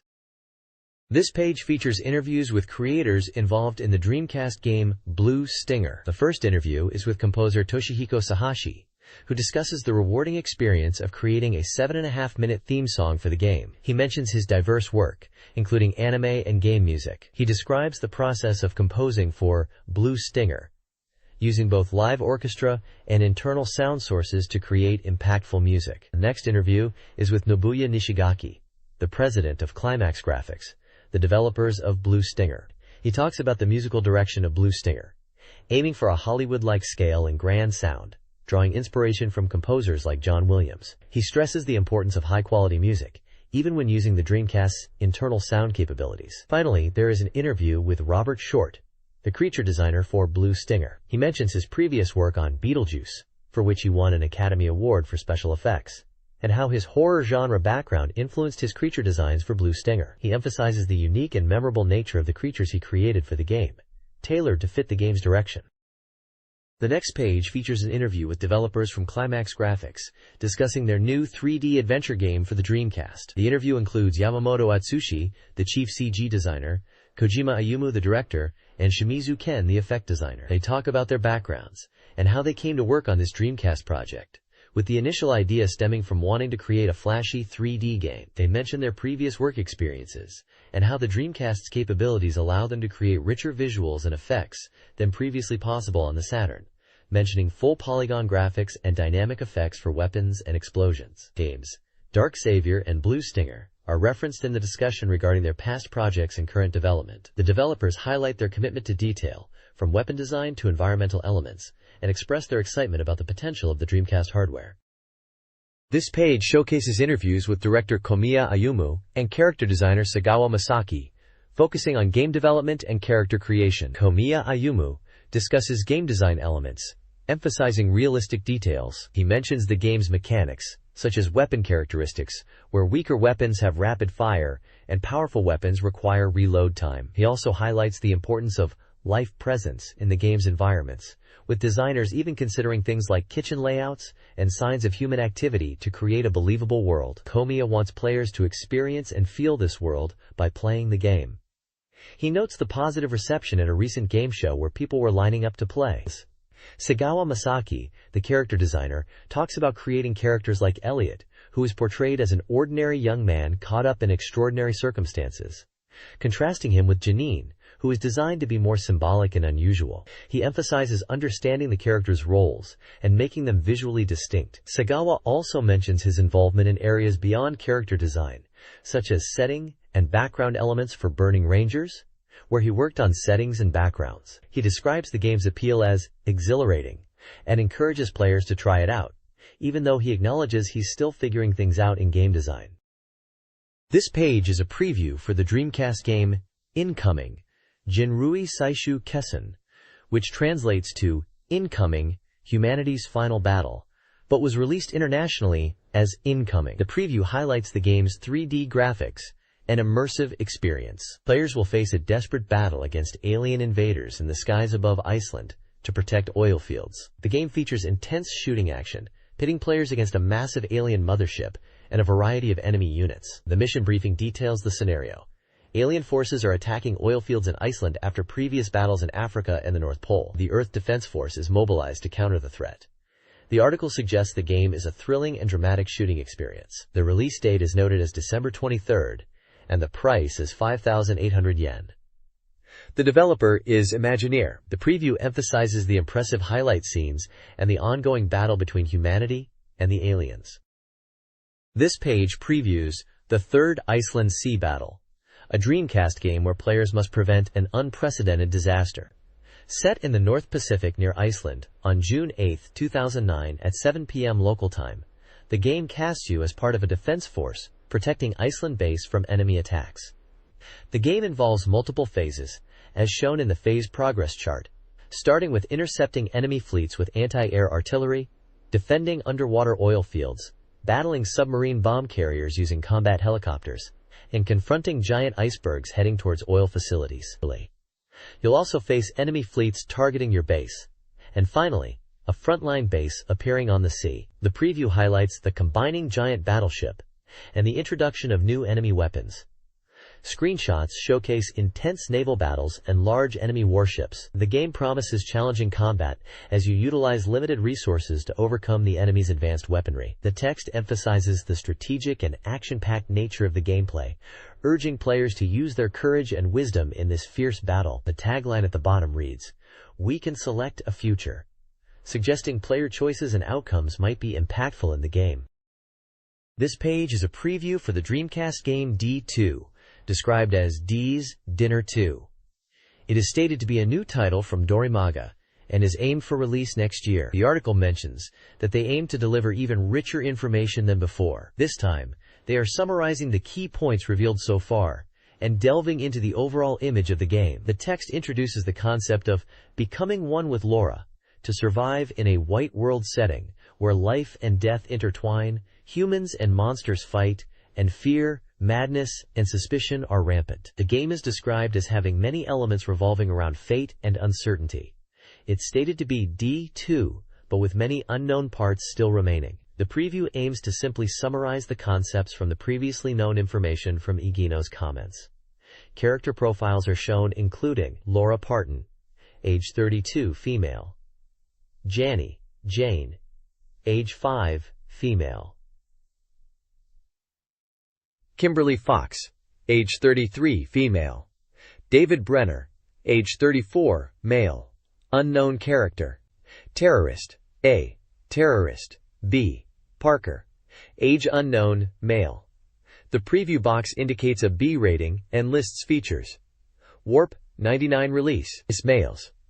Price, 5,800 yen projected. Genre, action RPG, 2 discs. Visual memory and communication function compatible. Duet. A developer comment states that D2 is a new D2 with significant additions like scenario and vast improvements. They believe many were surprised by the impactful visuals. But that's not all, and more surprises are in store. They ask players to look forward to it and enjoy. This page is about the game D2. It introduces Laura as the main character and reveals that 7 characters play a key role, with hints that some characters known to Laura might transform into monsters, and some might become victims. The page also describes the snowmobile, a vehicle available early in the game, highlighting its limitations like running out of fuel and crashing on rough terrain, but also its uses in sub-events and combat, and that it can carry 2 people. The opening story is summarized as a tragic event where Laura's passenger plane is hijacked by terrorists, collides with a UFO, and crashes in the Canadian mountains. While Laura and some passengers survive, the real tragedy is just beginning. The battle system is explained as switching to a first-person perspective gun-shooting mode when encountering enemies, chosen to avoid difficulty for players unskilled in action games that would occur with a third-person view. Finally, the monsters are revealed to be parasite-infected former humans recognizable by their green blood, and the game presents moral dilemmas with enemies who are half-human, making it difficult to decide whether to attack them. D2, an upcoming Dreamcast game, is previewed focusing on visual memory and sound and music. The game boasts impressive CG movie sequences exceeding previous works, and gameplay is described as seamless, 3D real-time action, allowing players to explore snowy landscapes and engage in battles as Laura. While visual memory expansion is planned, details are vague, suggesting possibilities like battles and subgames. Sound and music are highlighted as crucial, aiming for sound reality on Dreamcast, with Kenji Eno returning to compose music, planning a 4-CD soundtrack, and a preview, image album sketches. Warp emphasizes immersive natural sounds, and Eno describes the D2 Sound Sketches album as a unique musical journey into D2's world, distinct from the main game soundtrack, conveying its white world atmosphere. This page introduces the reader submission corner called Guru Powers. It features the new personalities who will host this section: Uzumaki Sister, Uzumaki Brother, and Uzumaki Cat. The page includes reader submissions, with topics ranging from personal annoyances and joys related to gaming, to discussions about characters like Gachapon and Muku. There's excitement about the announcement of Dragon Quest and Final Fantasy coming to Dreamcast. One reader shares their experience of almost missing the news due to falling asleep, highlighting the impact of the announcement. Another topic discusses Dragon Quest V-2 being in 3D and how long it's taking to be released, with a playful exchange about its delayed arrival. The page also touches upon the transition from Sega Saturn to Dreamcast, mentioning that Dreamcast is more advanced and the wait for its release is almost over. The characters Uzumaki Sister, Brother, and Cat are briefly introduced with descriptions of their personalities and roles in the Dreamcast world. This page is the Illust Garden section, dedicated to reader artwork submissions and features a theme of Sonic Adventure. You can see illustrations inspired by various games, including artwork for Sonic Adventure, Climax Land, which was known internationally as Time Stalkers, and the visual novel Kita e Virtua Fighter 3TB, and Cross-Tante Monogatari also have fan art contributions. There are also more obscure titles referenced like E.g. and Ikaruga Yogurt. These are likely internal codenames or early concepts, and less known to the public. The Uzumaki column reminisces about the Sega Saturn era and the impactful Sega Sanshiro commercials, reflecting on the legacy of Sega's marketing. The Yume de Atara section discusses reader dreams and hopes for games and illustrations, and mentions Soul Calibur, showing anticipation for upcoming titles. This page showcases reader submissions and game content, featuring diverse requests and fan creations. Left-handed Kurage from Tokyo desires Tentai series on Dreamcast and a new fantasy RPG.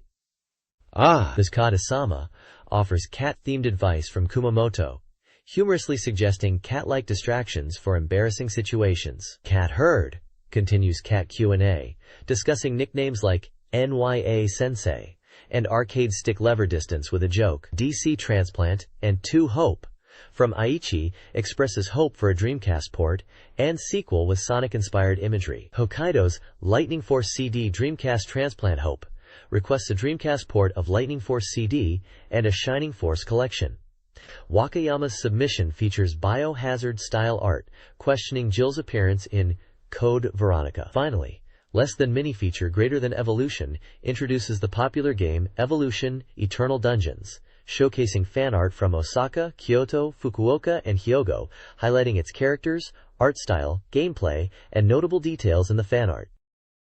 This page features a variety of reader submissions and game discussions. The Guru Guru Comics section highlights humorous, fan-made manga related to Dreamcast games, noting they are surprisingly dark from the first issue. Earthstar Person's Forest is a reader's account of their Sega Saturn gaming experiences, reminiscing about buying a Saturn and enjoying games like Lupin III, Sage of the Pyramid, and Virtua Fighter Remix. In the Natsuge Museum, Neko Daisuki for the Game Gear is featured, describing it as a game about an elementary school kid who starts raising a cat. The Virtua Fighter section provides commentary on the original Virtua Fighter arcade game and its Saturn port, emphasizing its revolutionary impact and realism in the fighting game genre. The page also includes submission guidelines for readers who want to contribute illustrations and text, and a reader-submitted comic strip titled God World Evolution.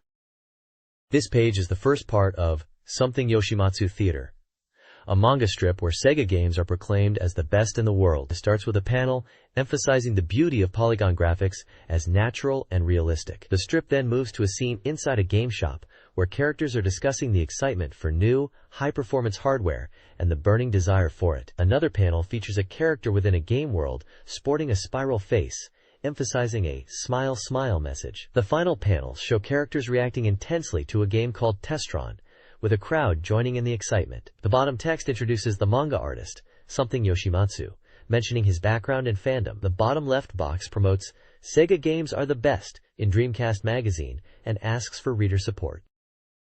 This page features an article titled Bad Habit, questioning whether Hideaki Anno's new anime His and Her Circumstances, Kareshi Kanojo no Jijo, also known as Kare Kano, will surpass Evangelion. The article discusses how Anno will adapt the original manga into an anime, with initial expectations being half positive and half negative. It mentions Anno's previous work, Love and Pop, and compares the series to Kodomo no Omocha in terms of gag and serious elements. The article highlights the point that the anime seems to be simplifying the original manga's story, especially in the initial episodes. The article also touches upon the character designs, stating that the heroine Yukino Miyazawa is portrayed as intelligent and beautiful, but the story will delve into her hidden true self. The article talks about the series' composition and notes that the combination of Watanabe Yuji and Yamaga Hiroyuki is promising for the script. It's mentioned that the anime incorporates self-parody elements from Evangelion, and the psychological portrayals are a key aspect. The article observes that while some elements are parodic,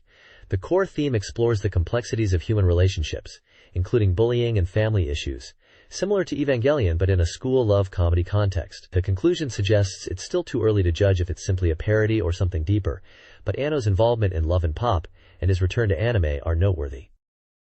This page, titled Ending, features a collection of articles and news snippets. The This Week's News section mentions the drama Poem of the End of the Century, written by Shinji Nojima, highlighting his background as a game fan. Another drama mentioned is titled Party and Girl Who Sings Love at the End of the World, with Nojima's name listed as the writer for this one too. The page includes an advice column titled How to Become Popular Even While Being Heavy, where a reader asks about wanting to be seen as interesting rather than just popular, discussing the essence of popularity and the differences between popular and unpopular people. There are also articles on collecting, titled Garakuta Summit Strategy Round 14 and Deep Otaku Culture World Used Book Collectors Are Weirdo Wonderlands.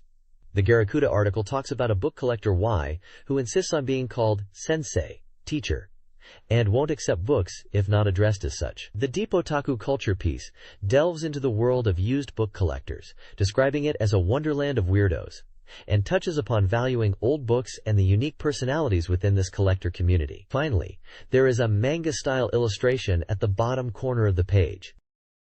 This page introduces a new corner in the magazine called Ken Yamagishi's Game Industry Special Ring, presented as Round 1. It explains that Ken Yamagishi, a musician known for his game CD Super Siblings and 9 albums, is launching this new interview corner. He was previously writing a column named Men's Empire, and this new section is presented as a renewal of that. The Special Ring Corner will feature interviews with various figures in the game industry, including musicians, game creators, and manufacturers, in a reckless wrestler-like style, promising unfiltered and direct conversations. Ken Yamagishi is described as a musician who not only makes music, but also reviews game music, and is currently working on music for several big titles. The page includes his website and album information at the bottom, indicating his musical background and current projects. The article suggests the interviews will be candid and maybe even confrontational, aiming to delve into the real issues within the game industry.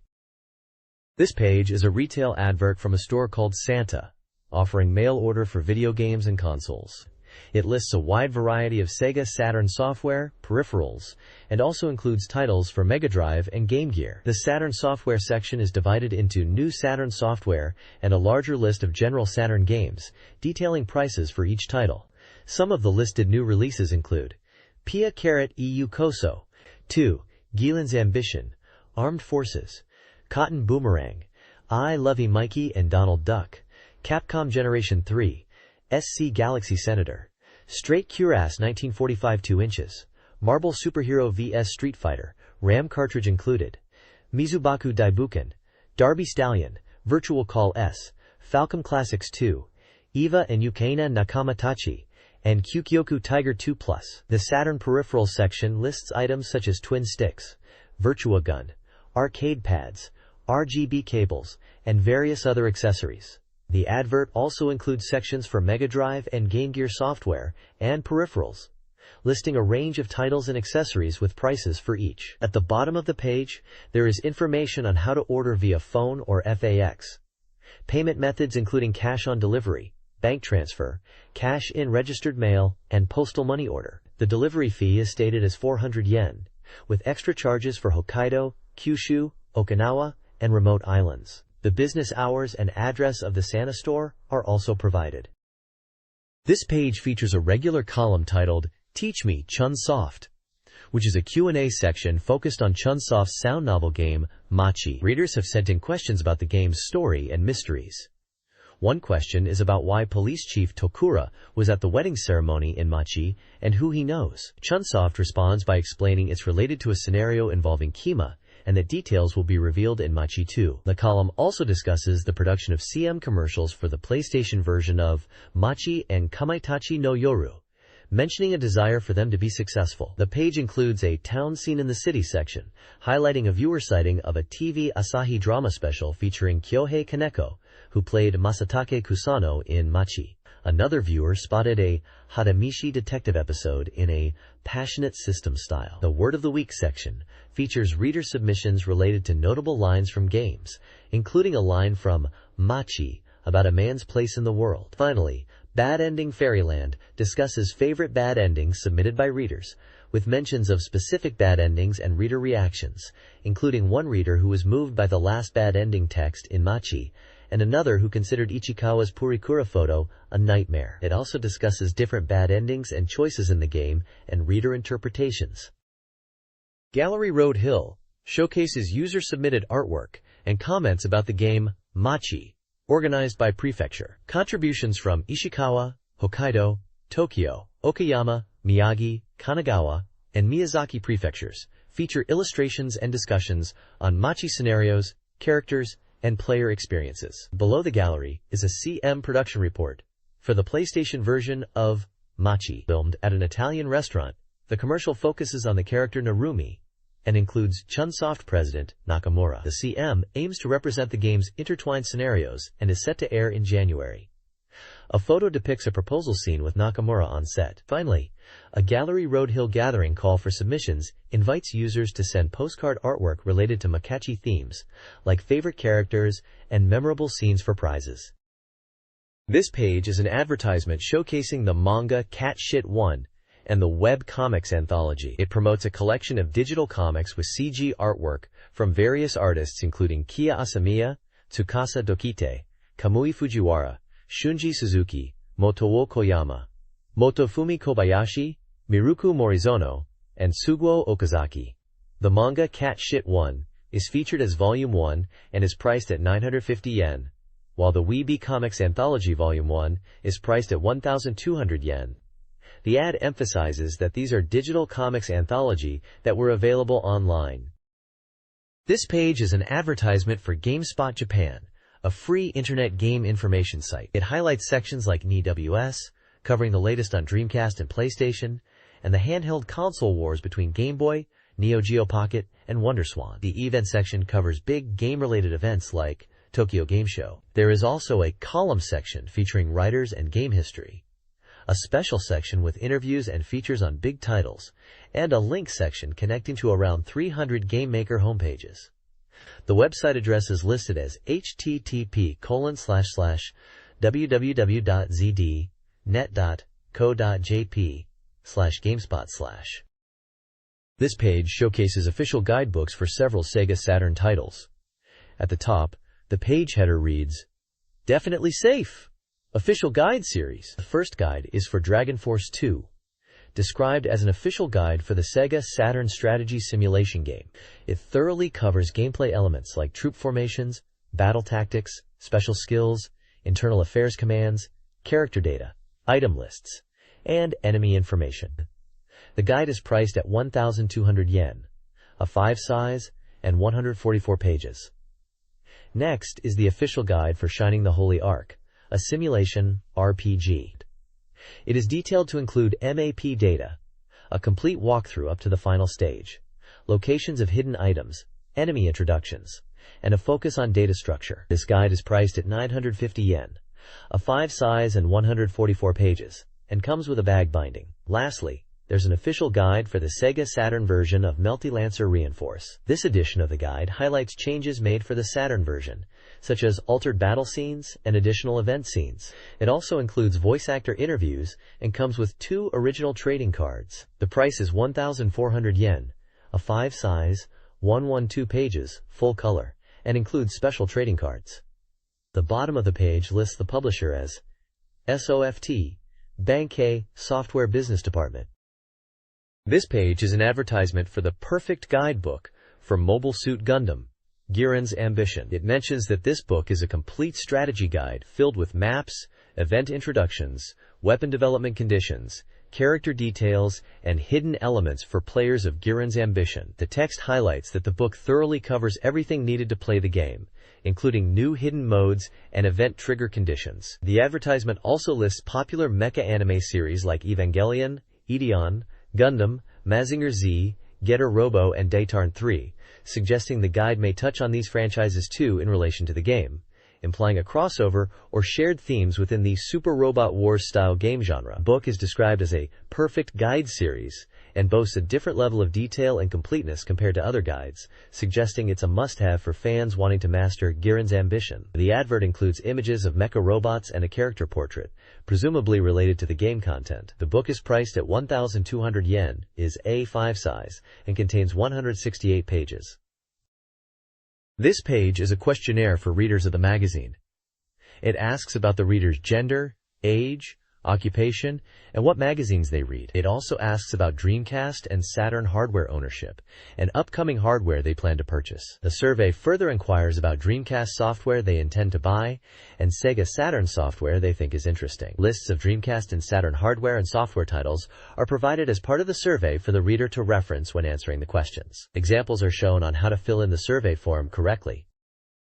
This page is an advertisement for 2 Sega official publications for Sakura Wars 2, which was released internationally as Sakura Wars 2, Thou Shalt Not Die. The top section promotes the Sakura Wars 2 Complete Strategy Guide, Days of Love and Battles, highlighting its use of a Link IC system for quick navigation, character-specific strategies, and story digests, emphasizing it as a thorough guide for players. It's an A5-sized, 464-page full-color book, priced at 1,800 yen.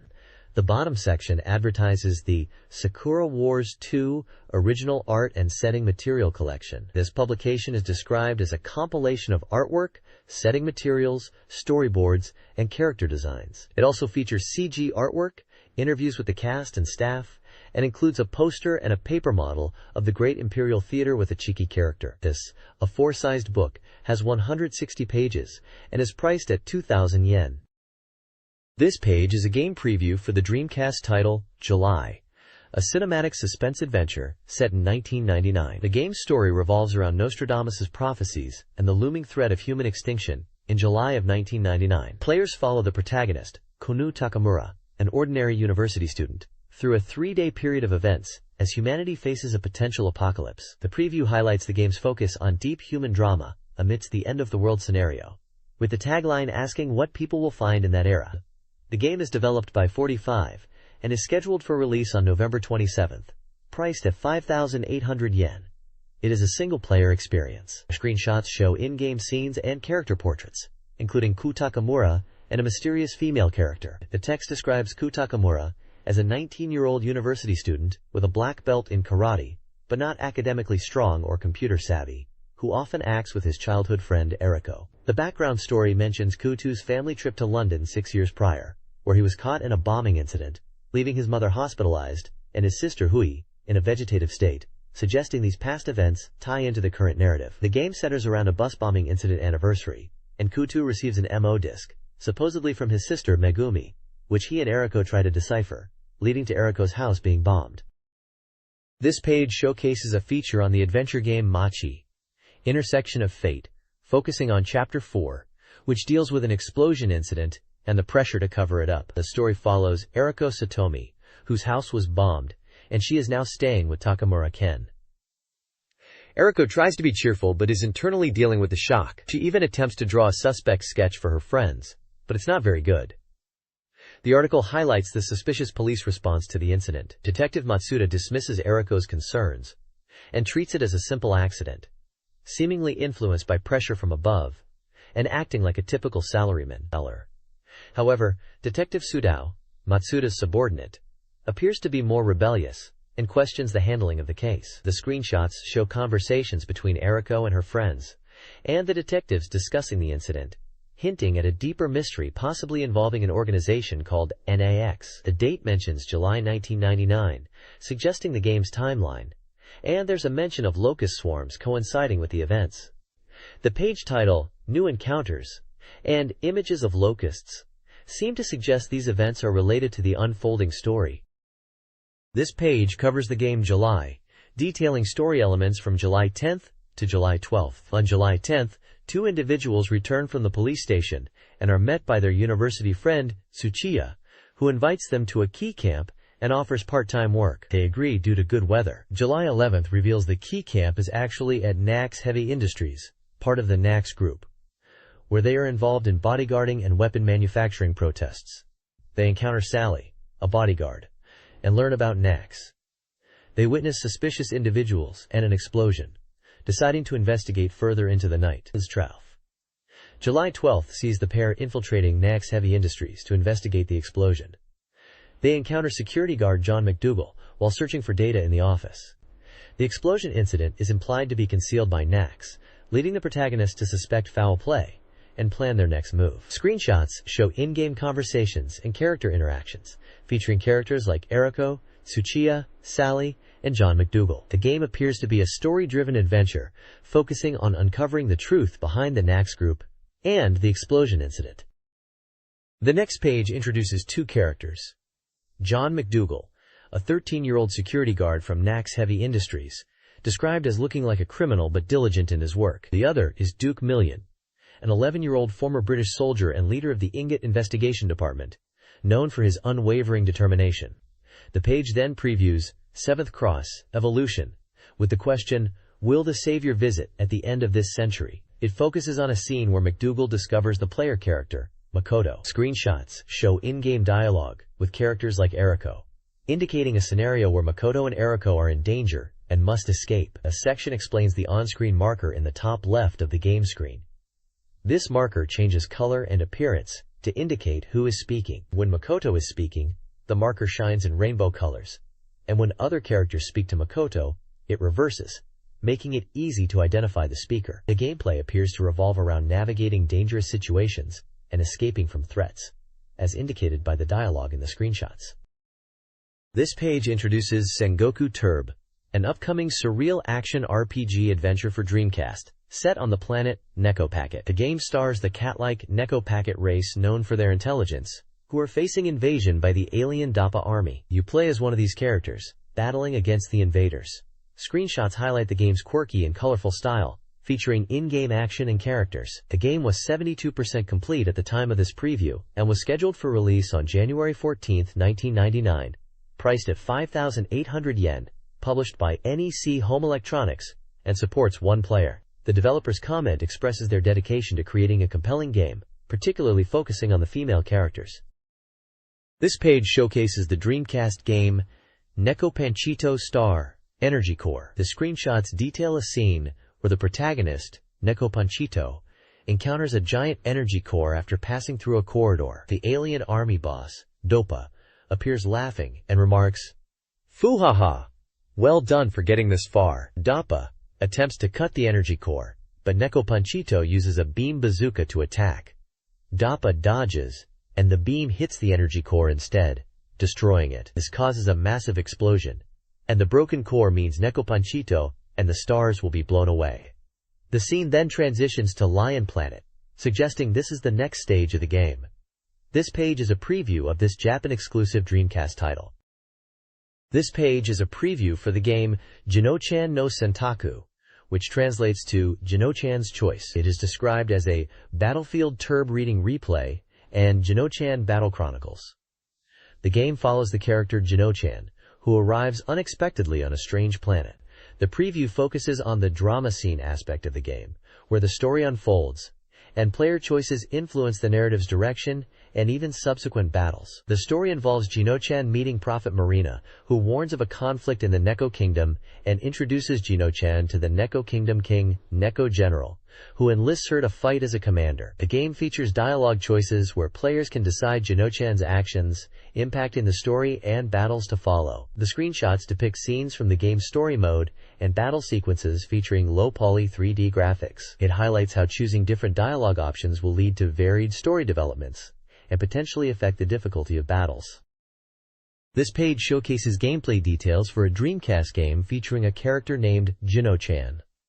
The page describes two main modes, Formation Mode and Battle Mode. In Formation Mode, players prepare for battle, organizing their units and reviewing character stats. Players choose areas to deploy units on a grid-based map, but initially, only one area is available. Access to more areas unlocks as players progress through the game by completing events. Battle Mode is described as a real-time battle scenario where players control Jinochan and fight against sheep enemies. The game allows for freedom of movement in the battle area, including item collection and interaction with townspeople. The page suggests that, initially, allies might be weak, requiring players to take the lead in battles. The page also mentions a retreat option during battle, highlighting its strategic importance for less experienced players. It emphasizes that retreating strategically and re-challenging battles can lead to character-level UPS and easier victories later on. Repeatedly engaging in battles and retreating helps gain experience points and level up characters.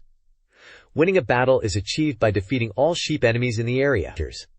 The page shows screenshots of Jinochan performing a victory pose after defeating the last enemy. This page introduces the game featuring the character Jinochan, who is becoming a hero, with volunteers joining the adventure. The game seems to have two main modes, Camp Mode and Battle Mode. Camp Mode is for strategic decisions and preparation, showing menus for move, status, order, weapon, accessory, item, name, discharge, memory, and system. In Battle Mode, Players engage in combat. The page highlights the ability to collect items to enhance equipment, and that both Jino-chan and the cat soldiers can rank up, which also changes their appearance. The gameplay involves strategic battles, where you aim for final attack targets, and can even retreat once, but still achieve victory. It's mentioned that by defeating enemy soldiers, you can obtain powerful weapons they were carrying. The game emphasizes character growth through leveling up and obtaining items. This page previews Romania number 203, a Dreamcast game that was released only in Japan.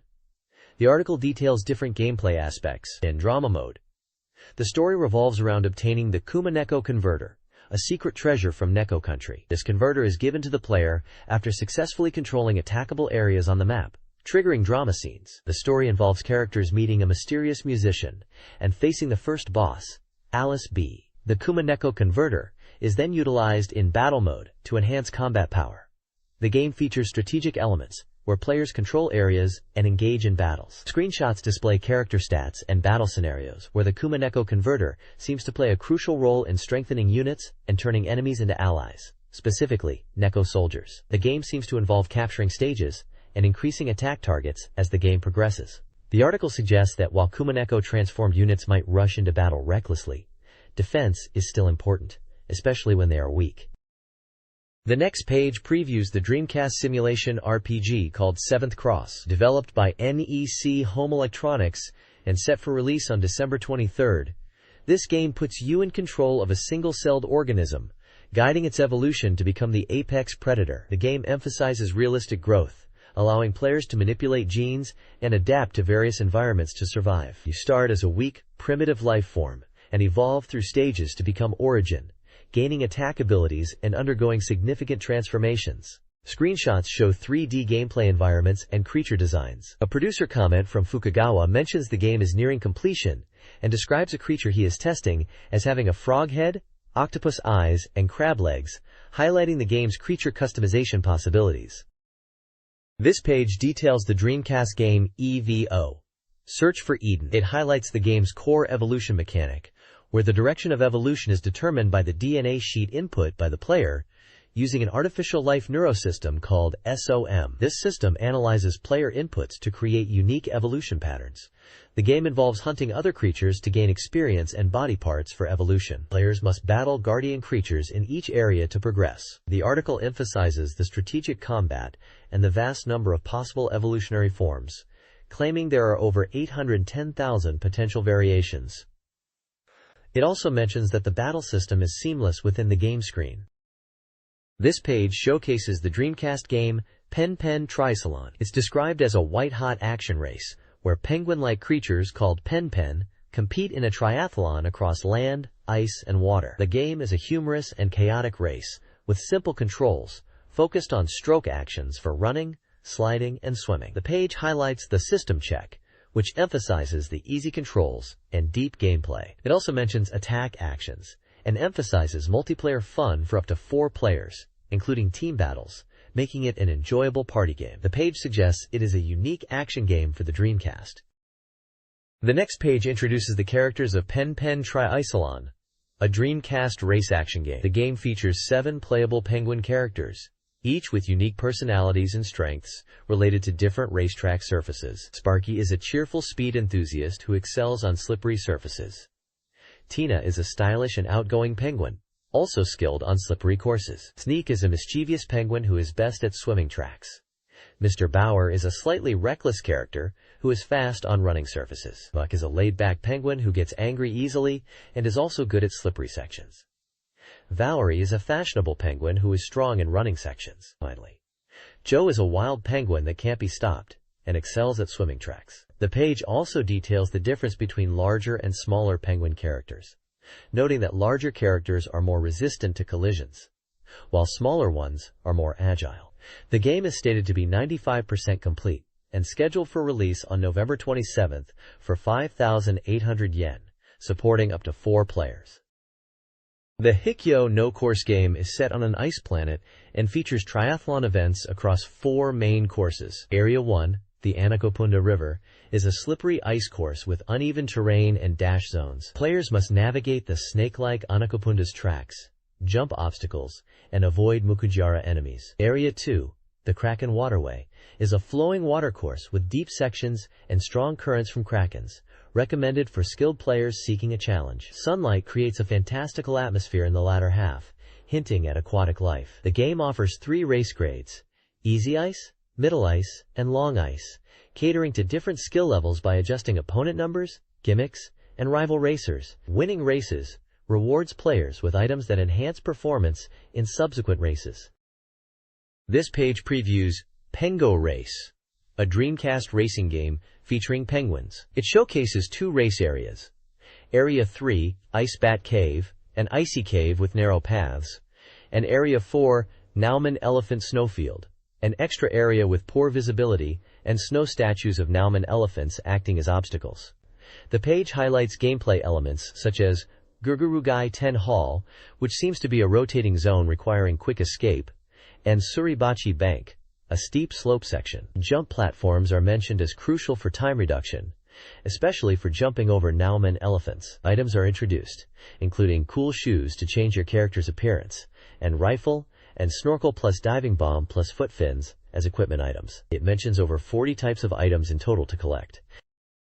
Godzilla Generations for Dreamcast is previewed as a city destruction action game where players become Godzilla. Scheduled for release on November 27th by Sega, the 5,800 yen game is 88% complete and supports 1 to 4 players, with link functionality to Atsumete Godzilla. The game features revamped destruction screens with an area map power-up, displaying monster location, targets, and simplified parameters like health and a special move charge gauge. Game modes include Normal Game, where players destroy Japanese cities like Tokyo and aim to be a destruction god; Time Attack Game for maximum destruction within a limit; Atsumete Godzilla Coliseum for up to 4-player battle royale using memory card data; and Generations Theater for viewing Toho Godzilla movie clips.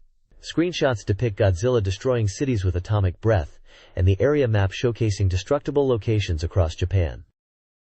Godzilla Generations for Dreamcast offers several game modes, including a normal game, where players destroy Japanese cities, earning rankings based on destruction, combos, and enemy defeats. The Time Attack game focuses on speed and destruction within a time limit. A unique VM Tante game links to the Atsumete Gojira VMU game, enabling players to use collected VMU monsters in Dreamcast battles, in both single and multiplayer modes. The game features classic monsters like Godzilla and Mechagodzilla, with hints of unlockable characters. A destruction degree check evaluates player performance. Toho movie staff, including special effects director Koichi Kawakita, supervised development to ensure realism and authenticity, particularly in city destruction and monster details. The Generations Theater showcases Godzilla movie trailers, starting with the first 5 films, with more unlocking as players progress. This page is a preview of Monaco Grand Prix Racing Simulation 2 by Ubisoft for the Dreamcast. It highlights that the game is about 60% complete and slated for a December release, though the price is still undecided. The preview emphasizes the game's realistic depiction of Monaco, including weather changes and meticulous detail in the car models. It's mentioned as a sequel to a PCF1 racing simulation. The screenshots show in-game graphics and racing action. The page details 9 different game modes available, appealing to both hardcore and novice players. These modes include Training Mode, Easy Mode, Grand Prix Mode, Championship Mode, Individual Championship Mode, Time Attack Mode, Scenario Mode, and Retro Mode, which features cars from the 1950s. The preview suggests the game is designed to offer a wide variety of gameplay experiences and cater to a broad range of users, from beginners to experienced racing fans. The next page is a preview for a Formula One racing game on Dreamcast, possibly titled F1 World Grand Prix internationally, emphasizing its realistic features. It highlights the inclusion of rain during races, requiring players to switch from normal to rain tires, just like real F1. The game boasts detailed tire settings and physics, mirroring real-world F1 experiences. The article also showcases the German GP track, in addition to the previously shown Monaco course, highlighting the game's diverse locations and accurately depicted scenery. The focus is also on the impressive 3D car models and animations, showing off a dramatic crash sequence to demonstrate the realistic car movements and physics. The game aims to deliver detailed vehicle designs, with 11 teams featured, each with unique car appearances and paint schemes, allowing players to race on various global circuits. This page is a preview for Puyo Puyo 4. Yan, known as Puyo Puyon in Japan, coming to Dreamcast. This puzzle action game from Compile is highlighted as the first Puyo Puyo title on the Dreamcast, boasting improved graphics and new game modes.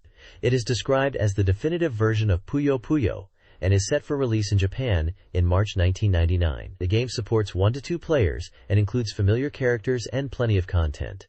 The screenshots showcase the gameplay and characters from the game. This page previews Puyo Puyon, highlighting it as Puyo Circus. The article mentions that familiar characters from the series will join Argoles as allies during the story mode, which is set in a large circus tent. Gameplay is featured, showing the classic Puyo Puyo action with screenshots of matches. There is a focus on a new endless mode, where players are challenged to achieve a 100 chain combo. The page also mentions the recurring character Satan, suggesting he will again be causing trouble in this installment of the Puyo Puyo series. This page is a frequently asked questions section about the Dreamcast console. It answers basic questions such as the weight of the console, stating it's around 1.5 kilograms, similar to a large 1.5-liter bottle of drink. The controller weighs about 270 grams, roughly the same as 2 bananas. It confirms that the Dreamcast doesn't need a battery for the clock function after the initial setup, and there isn't a GDROM access light, only a power indicator. The console's body is made of plastic, similar to the Saturn, and is ivory white. It clarifies that the Visual Memory Unit, VM, is not always required to play games, but it is needed for saving game progress and for playing VM minigames, using Virtua Fighter 3TB as an example where the VM isn't essential for just playing. The VM has its own battery, so saves are not lost if the controller power is cut. Finally, the data management on the VM is done through an in-game menu where you can handle files, delete, initialize, or copy data, showing a file management screen from the game Atsumete Gorjira. This page explores the Dreamcast's voice recognition potential for gaming, questioning how voice input could enhance gameplay. It presents 4 game concepts: controlling trains in Densha to Go, executing special moves like Hadoken in Street Fighter 03, answering quizzes in Quiz Magical Brainpower, and casting spells in RPGs using commands like Lyurai. An interview with Pioneer's Mr. Furusawa discusses voice recognition technology, noting current limitations to single words but future progress towards phrase recognition, relevant to Dreamcast games. Dokiri check sections clarify that voice recognition is intonation tolerant and that software-based recognition is likely for Dreamcast due to cost. The page concludes with an advertisement for a Pioneer car navigation system with voice recognition, highlighting similarities to Dreamcast's capabilities. This page from Naomi's Room introduces The House of the Dead 2. It is mentioned as a sequel to the popular horror gun shooting game and is developed by Sega AM1. The feature highlights the Muddy chapter, emphasizing the gloomy and muddy atmosphere where battles unfold against creatures unleashed by Goldman, extending the horror to ordinary citizens. Another section focuses on the boss battles as the main attraction, describing the intensity and enjoyment of fighting bosses with zombie hordes appearing from left and right. The article also notes the use of fog effects and expresses excitement about the game's development and use of NAOMI hardware, promising impressive visuals and exciting scenes. The game is described as a Sega arcade gun shooting game scheduled for release in November, with 2-player co-op and development at 90% completion. This page is focused on The House of the Dead 2, highlighting its impressive features as a NAOMI arcade game. The page emphasizes the game's intensity, showing citizens being attacked and the player characters, AMS agents Harry and Amy, in action. It introduces Lacerda, the boss of the second chapter, revealing its weak point for players to exploit. The game also features enemies attacking from underwater, including piranhas and alligators, adding a new dimension to the gameplay. The article praises the visual improvements of The House of the Dead 2 inches on the NAOMI arcade system, noting its significant graphical leap from the previous The House of the Dead, which ran on Model 2 hardware, showcasing the enhanced visual fidelity and immersive experience.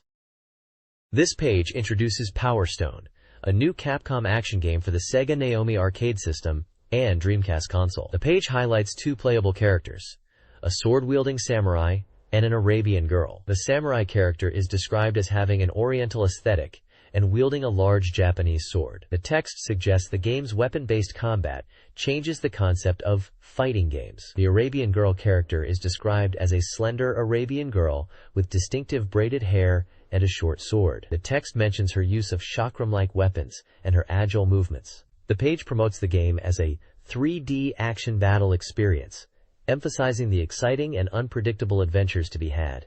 It mentions elements like using objects from the environment, such as trees and walls, during battles, and creating your own combat style by combining items and actions. The text also mentions the excitement surrounding Capcom entering the Naomi platform, and hints at future Naomi titles from Capcom.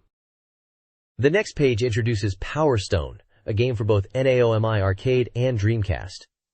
The arcade version utilizes a 6-button control scheme and analog controls. The Dreamcast version is expected to allow players to train characters using the VM, visual memory, and potentially carry them between the Dreamcast and arcade via arcade cabinets. The Dreamcast version will feature additional elements like training mode, versus mode, and modem communication. The core gameplay of Power Stone involves using anything in the environment as a weapon, such as barrels and pillars, highlighting the 3D fighting experience in diverse stages. Battles are described as taking place in 3D arenas, where utilizing height and depth strategically is key to victory. The game emphasizes dynamic battles, with special moves and diverse characters reminiscent of Street Fighter II, each offering unique fighting styles, with the screenshot featuring an Indian giant character. The character check focuses on the protagonist, a blonde-haired boy in red attire adorned with a Union Jack, portraying him as a heroic and central figure in the game. This page is an advertisement for the official guidebook for Cyber Troopers Virtual On Oratorio Tangram, which is known internationally as Virtual On Oratorio Tangram. The guidebook, priced at 1,500 yen and spanning 224 pages in A5 size, is scheduled for release in mid-November. It promises to teach players basic battle techniques, detailing all 11 mecha units, controls, attack methods, and game systems. Furthermore, the book covers strategies for CPU battles, tactics for using AJIM as a player character, and features an interview with Virtual Elan producer Juro Watari. This page is the contents page of Sega Saturn Magazine, highlighting upcoming and newly released games, along with complete guides. Coming soon, titles include Sakura Wars Imperial Capital Graph, Noel 3, Tokimeki Memorial Drama Series Volume 3, Departure Poem, Monster Maker Hollyguard, Ruriro no Yuki, Roommate W Futari, and Idol Janshi Tsuchipai Mecha Genteban 5th Anniversary Package. New releases featured are Capcom Generation Volume 5, Fighting Games, Zoku Hatsukoi Monogatari School Trip, 6-inch My Darling, and Langrisser Tribute. Complete guides cover Virtual Call S, Real Mahjong Adventure, Into the Sea Summer Waltz, and Neon Genesis Evangelion Eva and the Happy Companions. There is also a Sega Saturn software review and a section on Gokugi no Kiwami.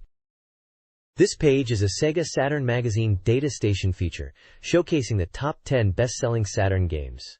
Number 1 is Marvel Superheroes vs. Street Fighter. Second place is Mobile Suit Gundam, Giran's Ambition Strategy Directive. Piacarat e Yukoso.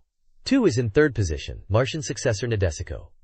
The Blank of 3 Years holds fourth, and Shining Force 2, I Scenario 3. Ice Flame of Destiny is fifth. Striker 1945-2 is in sixth place, followed by Densha de Go. X in seventh, and Shining Force 2, I Scenario 2. Target, Child of God at number 8. Capcom Generation 3rd episode. Here Comes the History is 9th, and rounding out the top 10 is Mobile Suit Gundam, Giran's Ambition. Below the chart is a release schedule for upcoming Saturn titles in November and December, including games like Capcom Generation 4 and 5, Street Fighter 02, Shizen, Season, various Sega Saturn collections, Grandia Memorial Package, Wizardry Realist Gamen Saga, Find Love 2 Rhapsody, Etude Prologue, Sankyo Fever Simulation Games, and Boardland Basements. December releases include more Capcom Generations, Winning Post 3 Program 98, Farland Saga, Virtual Mahjong Games, Ringing Snow, Silhouette Mirage, Sengoku Blade, Sengoku Ace Episode 2, and various adventure and simulation titles, including Girl Doll Toy and NOL 3. This page presents the Sega Saturn User Data Top 20 ranking of popular games. At the top spot is Friends Seishun no Kagayaki, an adventure game, with 377 points, accompanied by screenshots, and noted as 95% complete in development. Second place is Sakura Taisen, Sakura Wars. Also with 95% development completion and 350 points, featuring screenshots and developer comments. In fifth position is Shizen, an adventure game aimed at adults, with 218 points and development at 100%. The page also lists the rest of the top 20 games in a table format, including titles like Worms, NOL 3 Inches, Real Sound 2 Kazi no Regret, Derby Stallion, and Dungeons & Dragons Collection.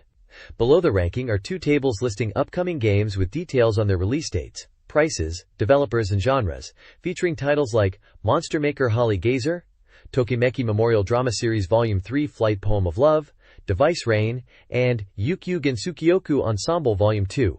These lists seem to highlight games across various genres, including RPG, adventure, and simulation.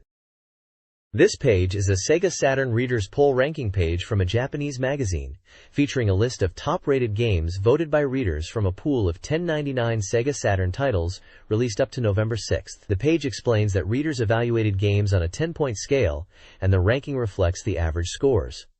The top-ranked games include popular titles like Sakura Taisen 2 Inches, Sakura Wars 2, which is highlighted as number 1 in the ranking, Pia Carrot Iu Koso 2 Inches, Welcome to Pia Carrot. 2. This Star's Melody is Love. Pia Heart. 18. Which is likely, Welcome to Pia Carrot. 2 Inches again, listed with its age rating. And Grandia. The ranking table lists various genres such as adventure, strategy RPG, action, and simulation. The page also features a highlighted section celebrating Sakura Taisen 2 Inches taking the top spot in the poll, emphasizing its revival and popularity, and mentioning Pia Carrot as its rival in the rankings. This page highlights highly anticipated new games. Pia Carrot 2, Welcome to Pia Carrot 2, is reviewed as an excellent dating simulation with charming characters and a compelling story. It has improved graphics and sound, making it highly recommended even for those who usually avoid these types of games. Mobile Suit Gundam, Giran's Ambition Strategic Battle Commands, is presented as a comprehensive data collection for Gundam fans and newcomers to simulation games, offering special data and a beginner-friendly mode. Shanghai Great Moments is a puzzle game praised for its diverse tiles and engaging gameplay, though loading times might disrupt the pace, and it may become repetitive. The page also includes the Odds Chart Saturn B, a ranking table showing Saturn games ordered by their review scores. The next page displays the Oops! Saturn C ranking, a comprehensive list of Sega Saturn games ranked by user votes. It presents a massive compilation of titles spanning various genres like RPG, action, adventure, simulation, and more, each with a ranking and score. Games like Grand Chaser, Gameware Volume 4, Fighting Illusion K1 Grand Prix, and Zork I are featured, showcasing the diversity of the Saturn's library. The list continues with a large number of games, reflecting the extensive catalog available for the Saturn in Japan. The page seems to be a snapshot of popular and well-regarded Saturn titles at the time of publication. This page features a game review for the Sega Saturn title Pia Carrot Iu Koso, or Welcome to Pia Carrot in English. It highlights the game's focus on the heart-pounding feeling derived from interactions with cute waitresses in uniform, emphasizing the appeal of its heroines and family restaurant setting. The review mentions that the Saturn version includes original heroines and scenarios, and even features voice acting, which was a step up from previous PC versions, recommending it even to those who may have played earlier iterations. Reader and developer comments are also included, praising the game's charm and the package design. On the right side of the page, there's a Saturn D odds table, which is a weekly ranking of Sega Saturn games based on reader votes. It lists numerous titles with their genres and vote averages. The table showcases the popular games of the time, without going into details of each title listed in the ranking.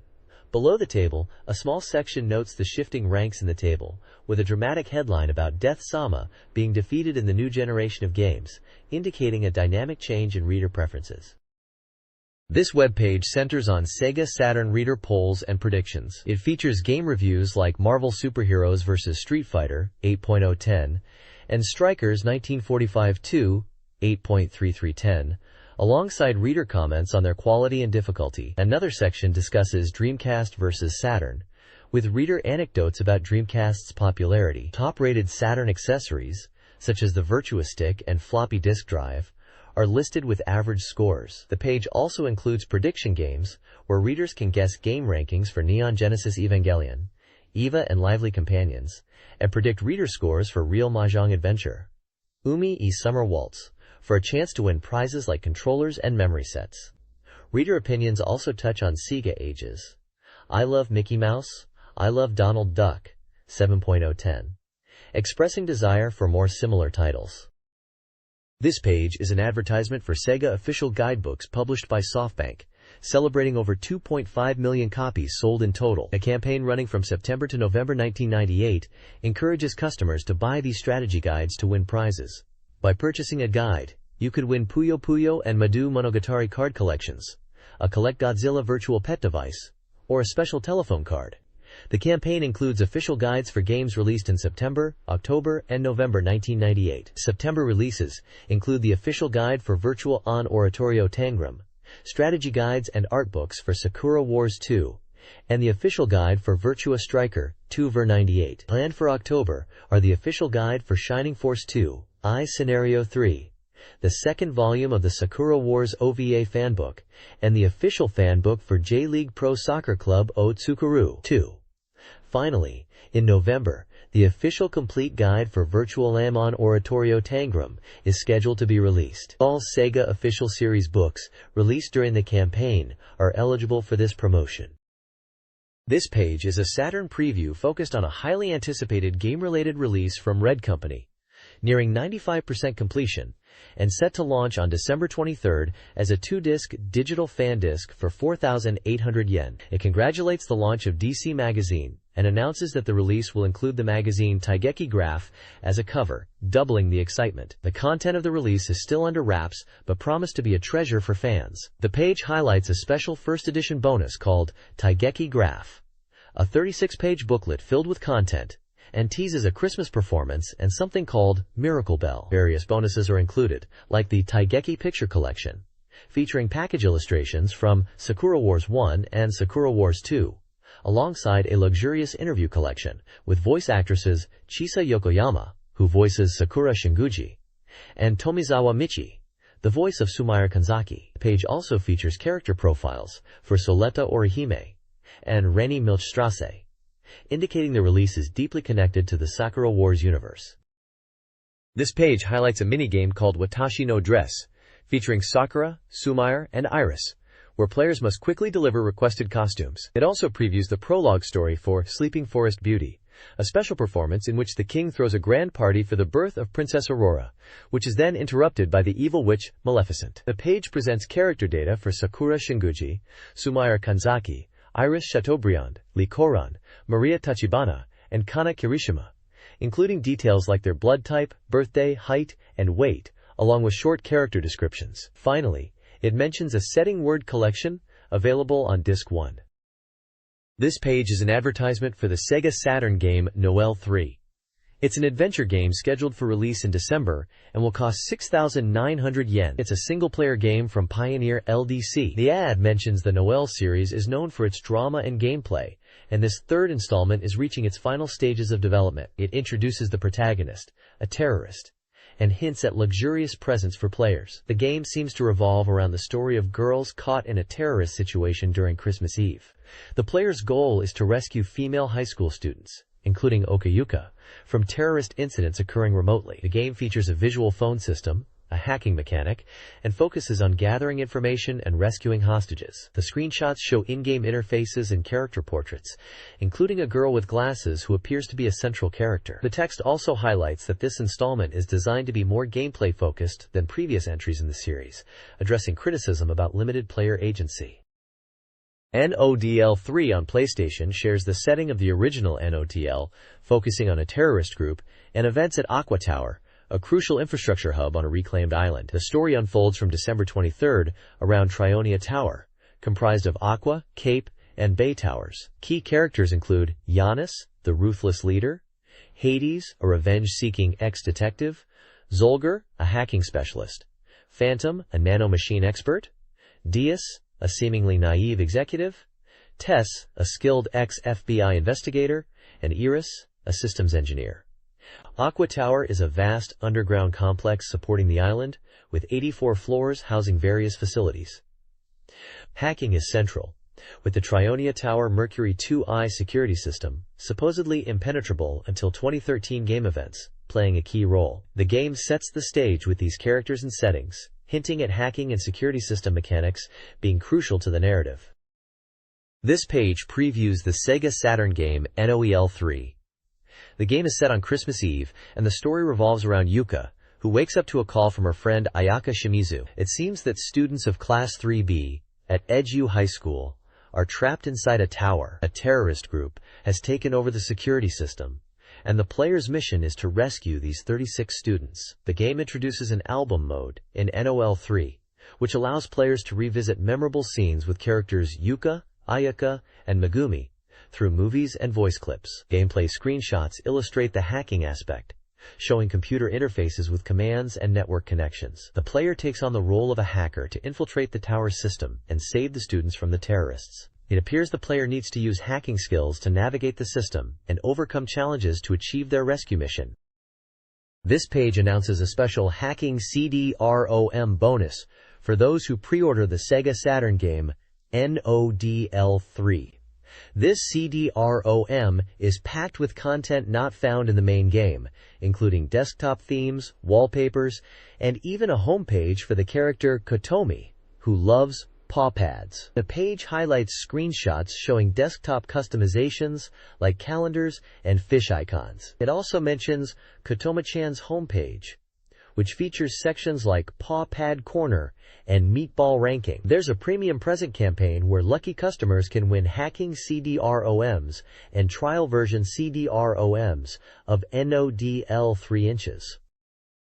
This page is all about Tokimeki Memorial Drama Series Volume 3, Tabidachi no Uta, for the Saturn, a game that focuses on the graduation of the main character and her friends. It's presented as the third installment in the Tokimeki Memorial Drama Series. The article highlights the heroine, Shiori Fujisaki, and another girl, Minori Kanaria, who always watches over the protagonist. The story takes place at Kirameki High School, just before graduation, and depicts the growth of the characters as they face the future. The text mentions that Konami is releasing this adventure game in spring '99, though the price is still undecided. It's a single-player game recommended for all ages. They emphasize that this is one of the last software titles for the Saturn, and the development team is working hard to make it something special. They promise more information will be revealed soon, and encourage players to look forward to it. The 60% complete marker suggests the game is still in development, but nearing completion.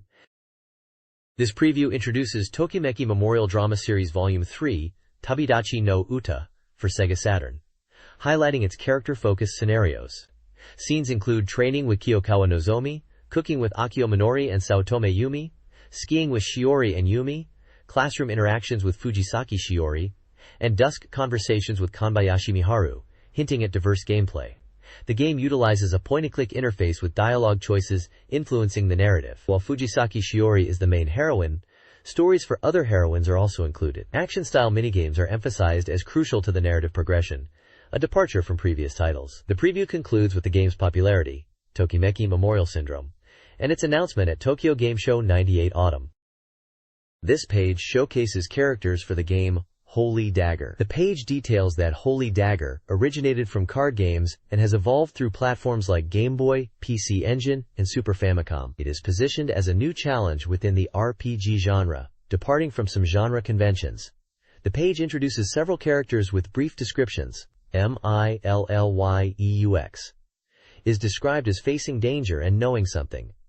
Lufia, no description extractable, but shown with a character portrait. Clodine, no description extractable, but shown with a character portrait.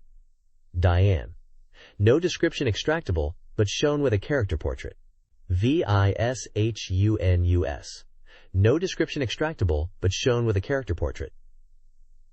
Maria, no description extractable but shown with a character portrait. EYOS, no description extractable but shown with a character portrait. ELSAYICE, No description extractable but shown with a character portrait. ALSHARK is described as righteous and unable to ignore those in trouble, with a strong sense of justice. TAMROAN is described as brave, but boastful and quick-tongued, with a love for gambling and intuition, and being a dependable presence if you see his sword skills. Charna is described as a warrior who seeks stronger opponents, training day and night, a girl of the Sharzay tribe, and her supple body and brilliant attacks are like spectacle. The next page showcases Monster Maker, Holy Dagger, for the Sega Saturn, a simulation game with a 70% completion rate at the time of this preview, published by NEC Interchannel, and priced at 6,800 yen with an undecided release date. It's suitable for all ages. The game adopts a turn-based battle system in 3D fields, allowing for free camera control. The article introduces the battle system flow, starting from stage initiation, unit selection, item distribution, and finally battle commencement. The story digest reveals that Prince Arios and Macduff are caught up in an orc invasion in Macedonia, the homeland of Queen Maria, Arios' fiancée. Screenshots detail battle scenarios, including the first battle where they are attacked by orcs, after retreat where they regroup in a town inn, and inside Macedonia Castle, depicting the chaos within the besieged Macedonia Castle and Queen Maria facing danger. The character Macduff is also featured prominently. This strategy RPG utilizes an action frame system, where each unit's frame count determines actions per turn. Command types include move, attack, and magic. Move commands allow grid-based repositioning. Attack commands are standard, performed once per turn, with damage based on unit stats, position, and terrain. Magic, for specific units, requires magic points/items, and includes spells like flame and freeze. Higher frame counts enable complex command combinations. For instance, a unit with 3 frames could attack, move, and use magic, while a 6-frame unit could attack multiple times or combine attacks with movement. Magic examples include Area of Effect Attack Magic 2 and Field Generating Recovery Magic 1.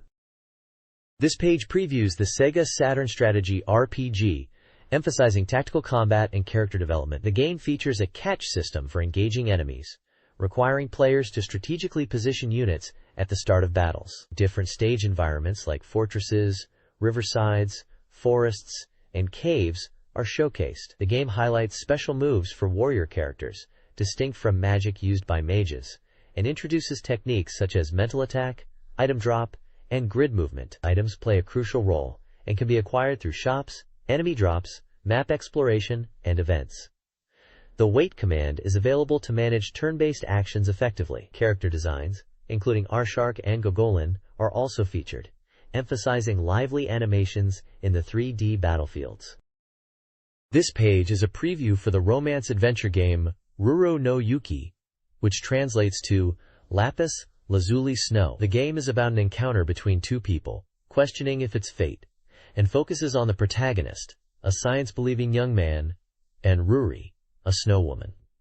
The page highlights the game's system check, which explains the flow of a typical in-game day. The game day starts at 8 a.m. and goes through various time slots until late night at 2300, detailing the time schedule for gameplay activities and interactions. The screenshots showcase the game's visuals and characters, including Ruri and another girl with red hair.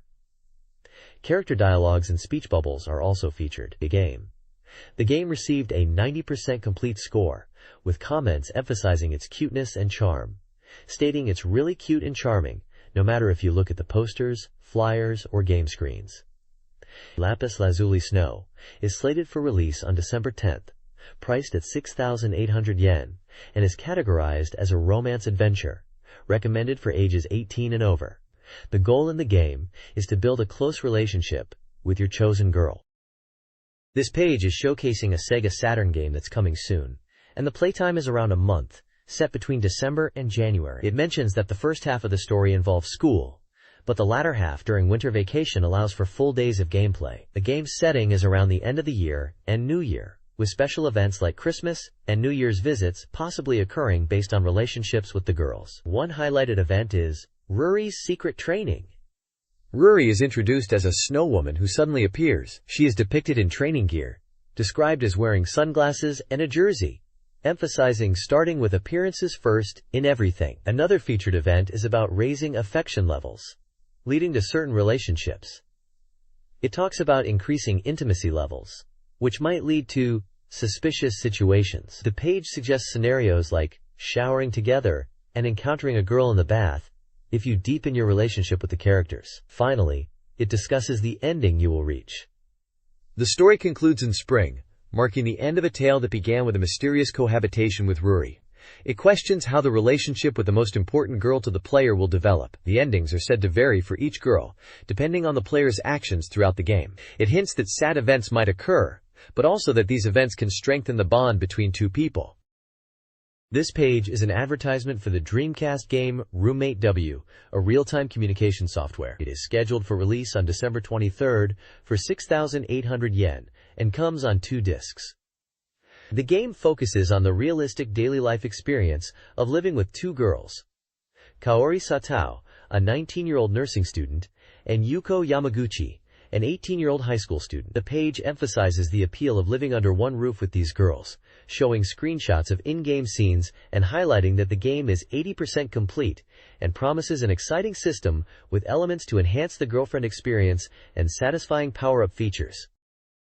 This page introduces a Sega Saturn game that is coming soon, described as living under one roof with 2 people. It highlights 2 female characters, Yamaguchi Yuko and Satao Kaori. One section, titled Happy Happenings, Maybe, depicts a scene where Yuko is gardening and asks for help. When she trips, the player character catches her, leading to a blushing, happy moment. The other section, Please Feel the Fun and Excitement, and subtitled Witnessing a Traffic Accident, focuses on Kaori. It describes how Kaori witnessed a traffic accident while delivering a report, and was overwhelmed by the sight of blood and her inability to help. However, someone assisted her, inspiring her to become a nurse. The dialogue shown reflects her distress and her newfound determination to pursue nursing. This page is showcasing the Sega Saturn game, Super Pachinko Taisen Tsuchi Pai, a 3-disc special limited edition compilation. Discs 1 and 2 are refined versions of the original Tsuchi Pai I and II games, while Disc 3 is a brand new adventure game. This collection is advertised as a definitive edition packed with the charm of the series and features 26 illustrators for character artwork. The game is designed to be enjoyable for both newcomers and longtime fans of the series, emphasizing smooth and stress-free gameplay. Key features highlighted include strategic, immoral techniques and powerful ultimate skills in mahjong battles. The game is developed by a luxury staff and features cute characters engaging in refreshing and exhilarating conversations during mahjong matches. This page is an advertisement for the Sega Saturn game Idol Janshi Tsuchipai Special Limited Edition. It highlights that Disc 3 is eagerly awaited and packed with new content. The game features a brand new scenario for the Searcher Bye-Bye Adventure mode, set at Kanyu Academy, and involving characters like Maya Umeno and the Flame Sleeve. The story is described as having a slightly horror-themed touch, and includes returning characters from the series. Disc 3 inches will include Mahjong Free Battle Mode and bonus OMake content. The screenshots show in-game scenes, character selection screens, and gameplay. There's mention of a new song called Lonely Boy Lovely Girl, performed by idol Arisu Suda in the game. The game is priced at 7,800 yen, and the release date is November 26th. It is recommended for ages 18 and over, and is a 3 CD-ROM set. It is noted that the stock is limited, encouraging players to buy it quickly. This page highlights 2 games. The top section is about Capcom Generation Episode 5, Fighting Game Masters, a compilation of classic Capcom fighting games for the Saturn, released on December 3rd for 5,800 yen. It is described as the origin of the fighting game genre, featuring Street Fighter series titles, and boasting arcade-like quality with replay and training modes. Screenshots from Street Fighter II and Street Fighter II Turbo are shown, along with a menu screen titled Collection SF 2 inches. The game is given a perfect 100% completion score. The bottom half of the page covers sequel First Love Story School Trip, a romance simulation game. The text asks, "First love does not come true. What are you thinking?" and describes the game as a first love simulation, where players can experience short-term romances during school events. It mentions that previous versions were well received, and this Saturn version is now available, also achieving a 100% completion score. The page also details a release news section for First Love Story Leave Original Drama, a drama CD. There is also a campaign to win signed autograph boards for 4 people. This page previews 2 Sega Saturn games launching on December 23rd. First, 6-inch My Darling, 5,800 yen, from Kid, is a Melhinshock adventure, where you live with Pygmalion for 15 days, featuring minigames like tidying with Atrala, cockroach extermination with Pim, and bread crust eating with Minty. Second, Langrisser Tribute, 9,800 yen, from Messiah, is a compilation RPG for collectors. The page also retrospectively covers the Langrisser series, noting Langrisser 5th, The End of Legend, June 18, 1998, as the series' conclusion with refinements and voice acting. Langrisser Dramatic Edition, February 26, 1998, compiled PC Engine and Super Famicom titles. Langrisser 2i, October 18, 1996, introduced system changes and romance, while Langrisser IV, August 1, 1997, improved prior systems and set up the story for V. This page is a strategy guide for the Sega Saturn game Baku Charakoru S, a love simulation game. It's titled Love Pinpoint Attack Big Operation and focuses on strategy for 5 characters. The guide details how to capture all 5 main girls, including 3 sub-characters who can be at deeds simultaneously and 2 main characters. It includes a flowchart for a 3-person simultaneous route featuring Koyoko, Aya, and Chisato, along with strategies for other characters. The guide aims to help players collect all the in-game CG images. The game was released on October 29th and is compatible with the shuttle mouse and multi-controller, recommended for ages 18 and up. This page is a strategy guide focused on the character Sayoko Sanu from the game Sentimental Graffiti on Sega Saturn.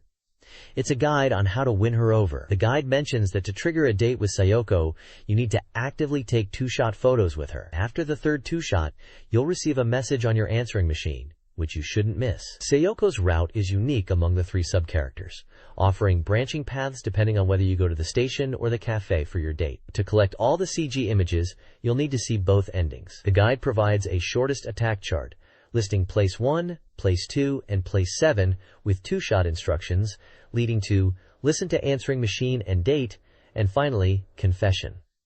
The dating CG section highlights scenes at the station and the cafe.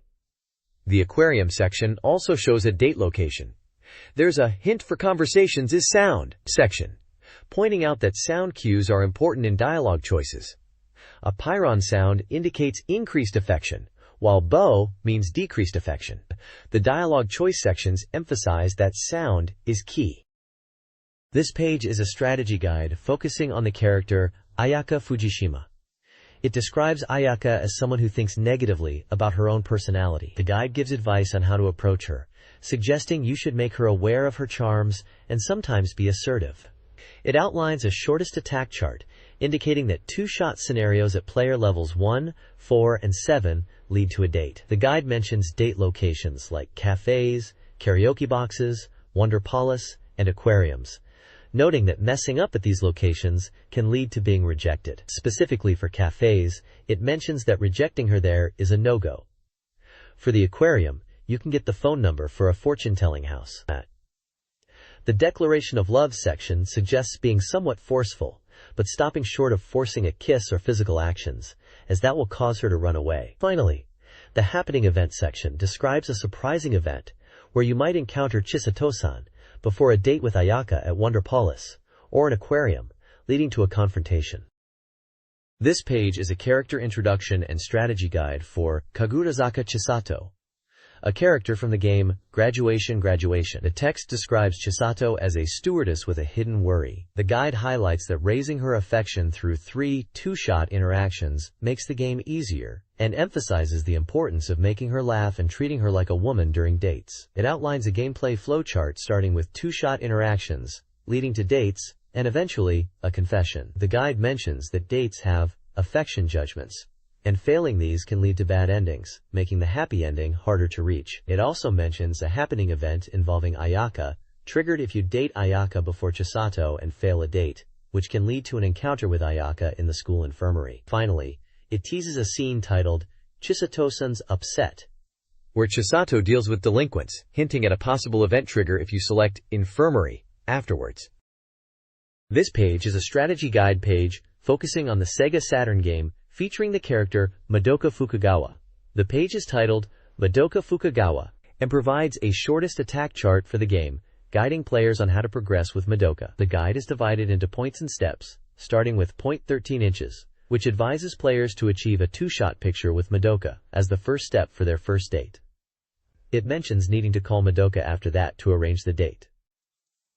Point 48 inches describes achieving another two-shot picture, this time with Iri Sayuri. It warns that during the date, if a Pia Heart Kiss Shot event occurs, it means Madoka is failing. Calling Madoka again is also emphasized.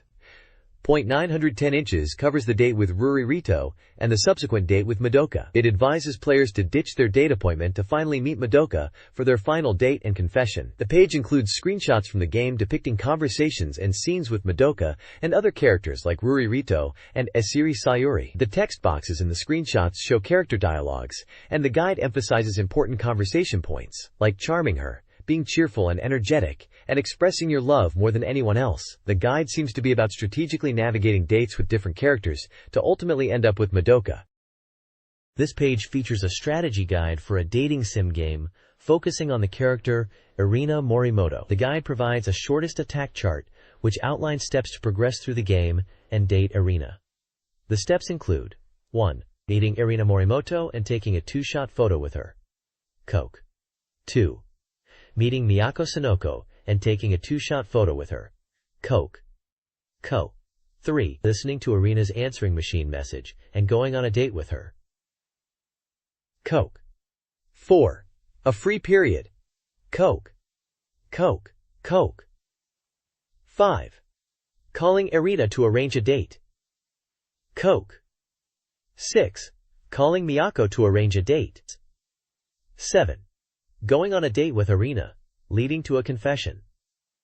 The guide mentions Wonder Police as a location for dating, and mentions getting CG images of Irina in costume. The text also highlights the importance of dating Miyako Sonoko on the third date, as a critical point in Irina's route, suggesting this event is necessary for Irina's storyline. It also emphasizes that phone calls to girls are not just for dates, but also for friendly chats, and that finding these hidden phone calls can be difficult. This page showcases the real mahjong adventure game, Umi-e Summer Waltz for the Sega Saturn. It highlights a special feature, 8 types of cosplay photo. This hidden event allows players to collect photos of the game's girls in different cosplay outfits. There are 8 costume types, and a total of 56 photo variations across the 7 characters. You can only see 1 photo per playthrough, and it doesn't affect the main story's progression.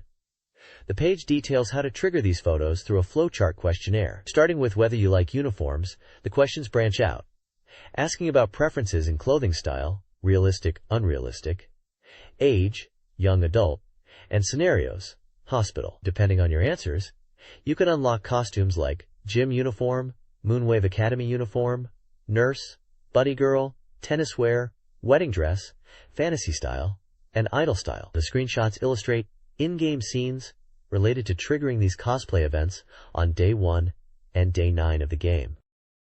This page is a guide for the Sega Saturn game, Umi-e Asobi ni Iko, Real Mahjong Adventure. It details special events that unlock after achieving happy endings with the game's heroines.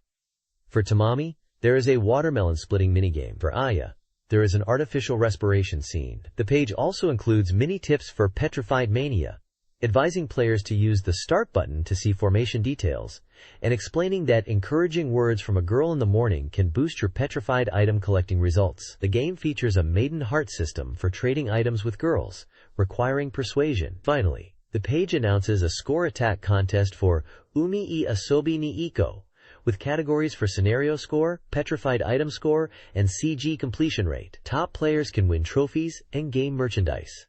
The instructions for entering the contest by postcard, detailing the required information, are also provided on the page.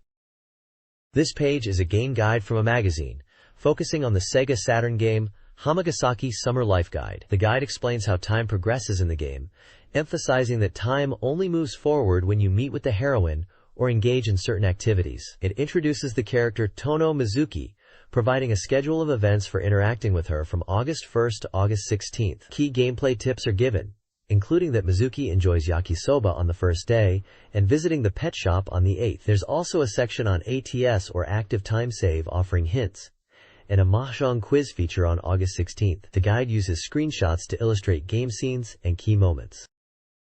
This page offers thorough strategy guides for romancing two characters, Fujiwara Aya and Hayasaka Akira, in a dating sim game for the Sega Saturn. The Fujiwara Aya guide hints at a story involving her grandmother's ring and unexpected plot developments. Key events in her schedule include visits to an old house, the beach, a game center, a glasses shop, and the science museum, among other locations. The guide includes key point sections, highlighting important decisions for her route, such as taking her to see fireworks. The Hayasaka Akira guide emphasizes her childhood friend fixation and the need for persistence to win her over. Her schedule features locations like a boutique, the beach, a park, and her house. Key events in her route involve checking on her at her home, investigating the Mizusawa family, and going on dates. The guide includes key points sections that provide tips for understanding Akira's feelings and making the right choices in conversations. Both guides provide daily schedules with locations and notes to help players navigate the game and successfully romance Fujiwara Aya and Hayasaka Akira. The page layout suggests a step-by-step walkthrough with visual aids like screenshots of key scenes and character interactions.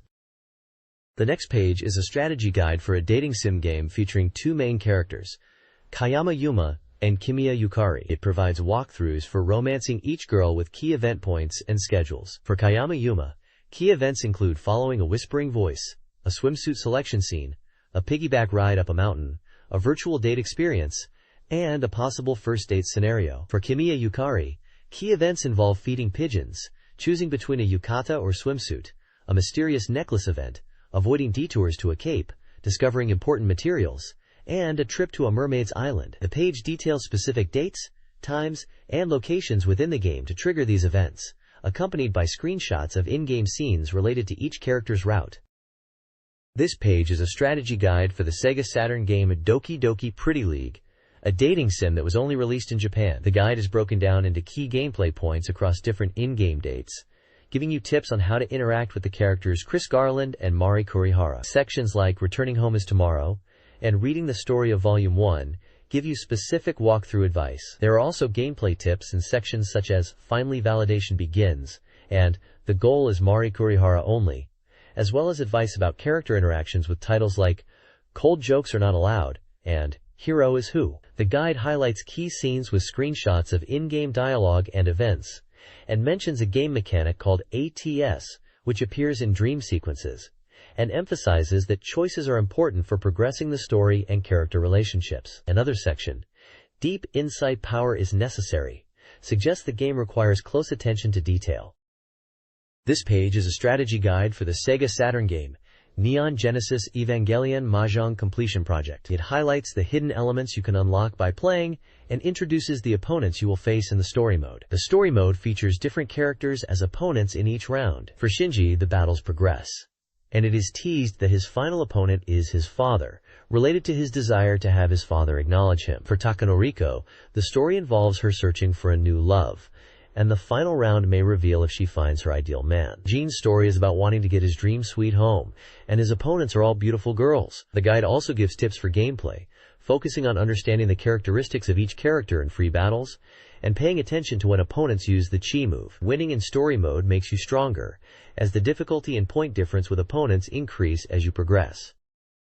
This page details the extra content available in a Sega Saturn Mahjong game after completing certain conditions. Firstly, by completing the story mode with specific characters such as Shinji or Ritsuko, you can unlock additional playable characters like Gendo Ikari and Ritsuko Akagi for use in free battle mode. Secondly, the wallpaper during Mahjong matches can be changed from the default green to one of 12 different designs by accumulating high scores in free battle with certain characters. These wallpapers feature characters like Rei, Asuka, and Misato. Finally, a hidden story scenario focusing on Misato is unlocked after clearing the story mode with 3 characters. In this scenario, Misato participates in a Mahjong tournament after finding a flyer during a date, facing opponents such as Young and Kazumi. Each character in story mode also has a unique icon displayed in the window, such as Pen Pen for Shinji and a beer for Misato.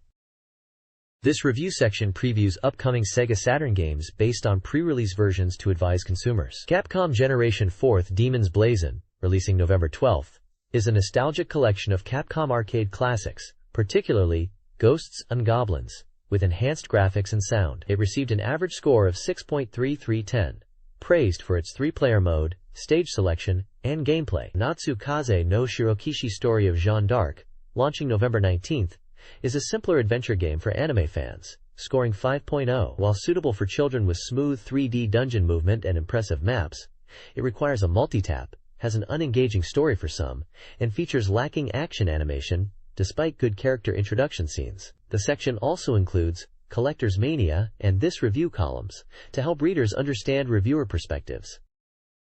Secret Technique Shopping features prizes like Dreamcast software and book vouchers.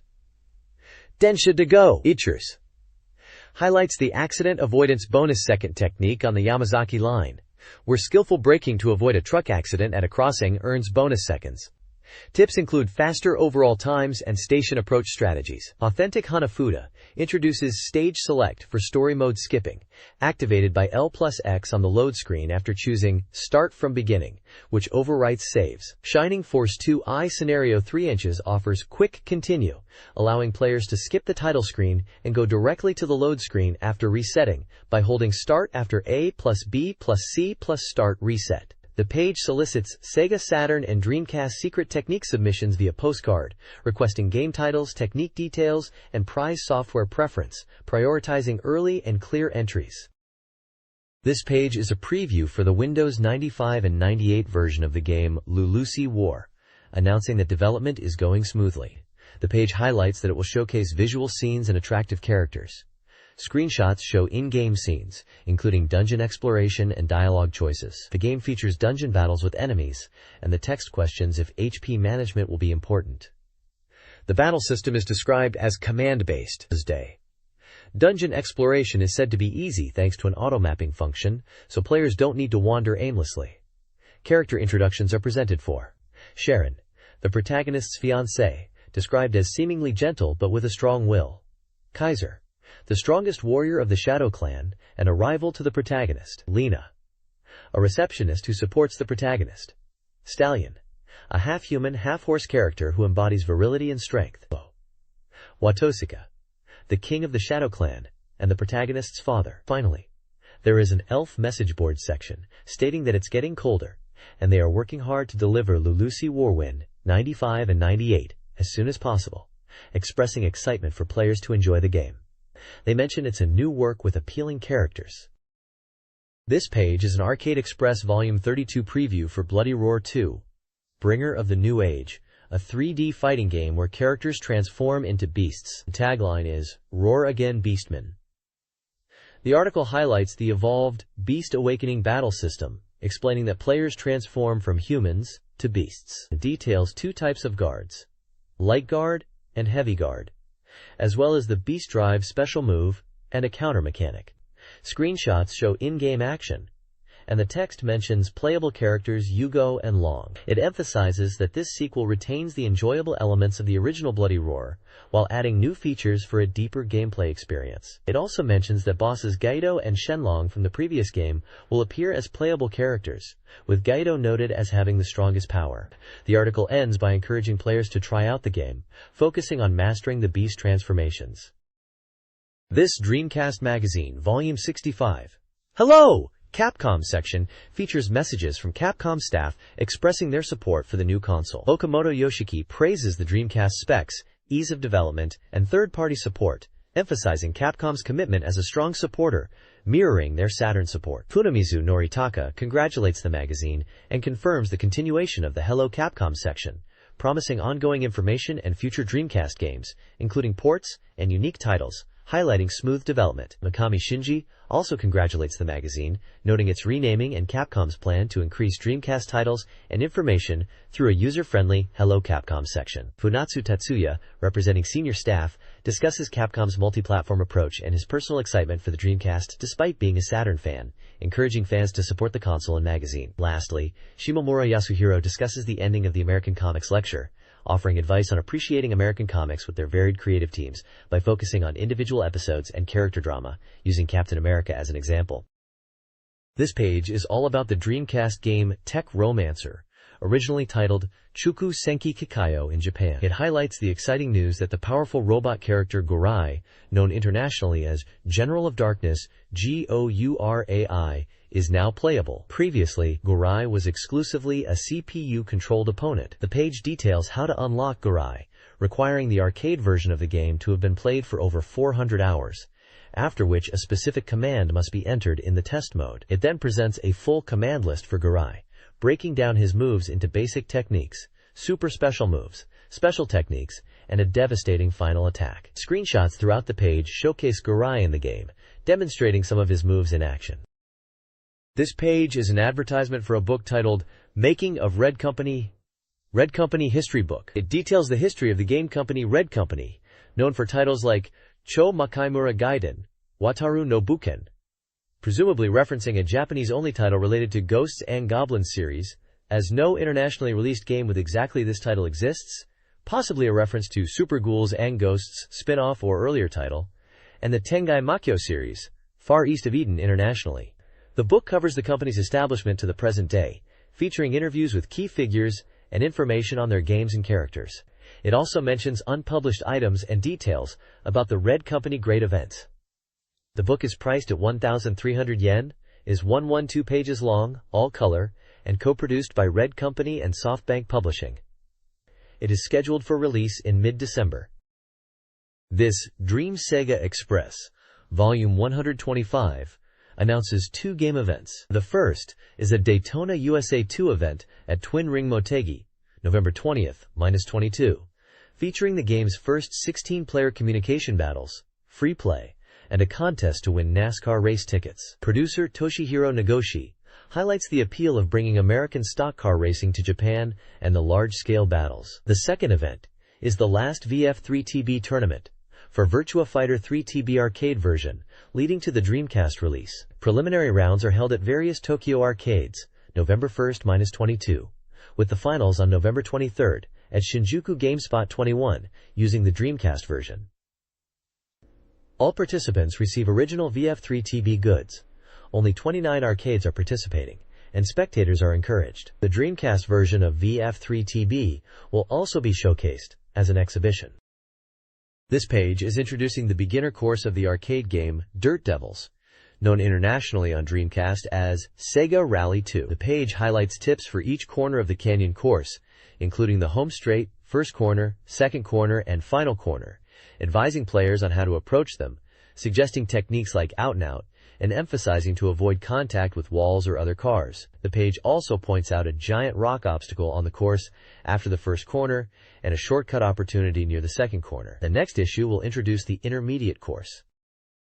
This page is a preview of the Endor stage for the arcade game Star Wars Trilogy Arcade. It highlights that the game is in its final stages of development and eagerly awaited by Star Wars fans worldwide. The article introduces the new Endor stage, following on from the previously shown Yavin stage. It details 3 gameplay sections in the Endor stage: a 3D shooting scene on speeder bikes through the forest, an assault battle scene, also on speeder bikes fighting enemies, and a boss battle scene. Screenshots show gameplay of speeder bikes in a forest environment, ATST walkers, and the shield generator mission. The article mentions that the game is being developed on the Model 3 arcade board and is expected to be released this winter. It encourages readers to look forward to future updates about the game. This page is an introduction to the arcade game Spike Out, Digital Battle Online. It highlights the game's innovative control system, focusing on the core buttons. The beat button is described as the foundation of all attacks, allowing for rapid combos. The charge button is for speed and quick attacks to overwhelm enemies. The jump button enables 3D movement for reaching high places and strategic positioning. The page emphasizes that even beginners can enjoy the game by just using the beat button for continuous attacks. It also promotes cooperative multiplayer as a key feature, suggesting that teaming up with friends to play is highly recommended and hints at the fun of playing with skilled players who can share items. Screenshots show in-game action, with multiple characters fighting enemies in a 3D environment, demonstrating the game's chaotic and action-packed gameplay.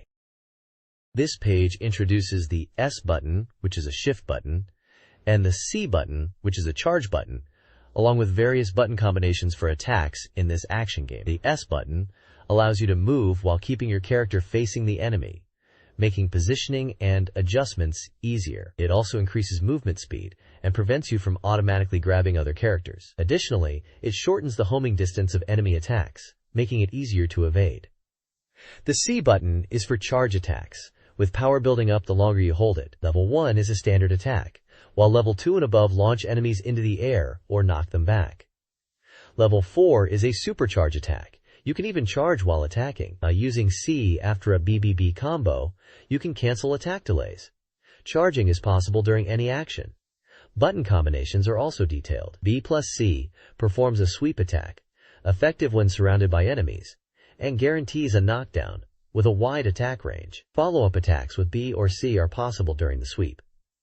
B plus J executes a jump-in attack, ideal for hitting grounded foes and is difficult for enemies to counter. C plus J unleashes a unique character-specific technique with varied effects. Finally, B plus C plus J activates a special attack that consumes soul marks obtained from defeated enemies, resulting in a powerful full-screen attack and serves as a last resort.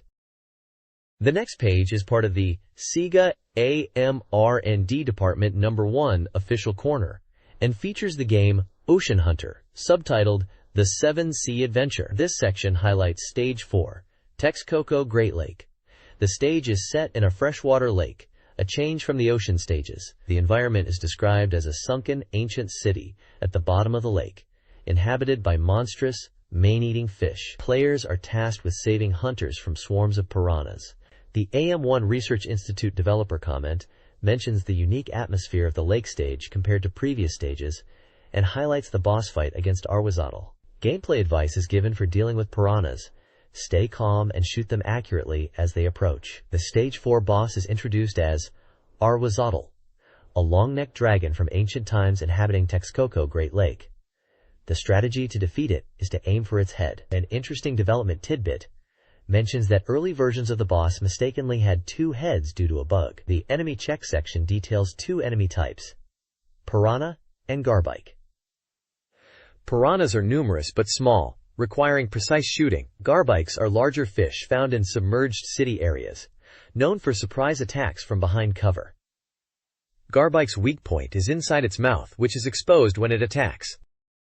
This page is a weekly Dreamcastrology horoscope page. It provides fortune readings for each star sign from Aries to Pisces, covering the period from November 6th to November 12th. Each star sign section includes advice relating to overall luck, money, health, love, and work, with separate advice and cartoon animal illustrations for men and women of each sign.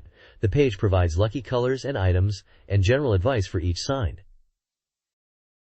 This page is an announcement for the second issue of Weekly Dreamcast Magazine, highlighting that the Dreamcast console launch is just 3 weeks away, and this is the magazine's debut issue. It lists the staff involved in the magazine production. The upcoming issue will feature Dreamcast game previews such as Project Berkeley, which is the working title for Shenmue, Virtua Fighter 3TB, Sonic Adventure, and Aero Dancing featuring Blue Impulse. The magazine will also include special features on games like She's, Etude Fluttering Heart Shapes, Wizardry Logemin Saga, Sega Saturn strategy guides, and Virtual Call S. A special Dream Dialogue is teased for the November 27th issue, featuring interviews with the presidents of Sega and Capcom to discuss the Dreamcast. The current issue is scheduled for release on November 13th, and a phone number is provided for inquiries. The next page is an advertisement for Christmas events and media related to Sakura Wars 2 and some Sonic Team soundtracks. It highlights the Hanagumi Christmas Miracle Bell event, a special one-nightly Christmas concert featuring the voice actresses of the Sakura Wars Flower Division, Chisa Yokoyama, Michi Tomizawa, Rei Takano, Kumiko Nishihara, Mayumi Tanaka, Ai Orikasa, and Akio Suyama, with a special appearance by Shintaro Sanuka. This event was scheduled for December 23, 1998, at Valfare in Roppongi, Tokyo. Tickets were priced at 5,000 yen. There's also an announcement for the CD single, Miracle Bell So Special A Day, Happy Xmas, a Christmas song from Sakura Wars 2, released on November 18th. Additionally, a Laserdisc and VHS release of the Imperial Opera Troupe's 2nd Flower Division special performance, Tsubasa, Wing, recorded in August 1998, was advertised for sale from November 21st. This release promised a no-cut recording of the stage show, and included a large poster and lyric booklet as bonuses. Finally, there's an advert for the Spike-Out original soundtrack Powerplay, Best Songs from Sonic Team CD, featuring remix tracks by GTS and Tomo from various Sonic Team games like Spike-Out, Nights into Dreams, Sonic R, and Burning Rangers. This soundtrack was set to be released on December 2nd.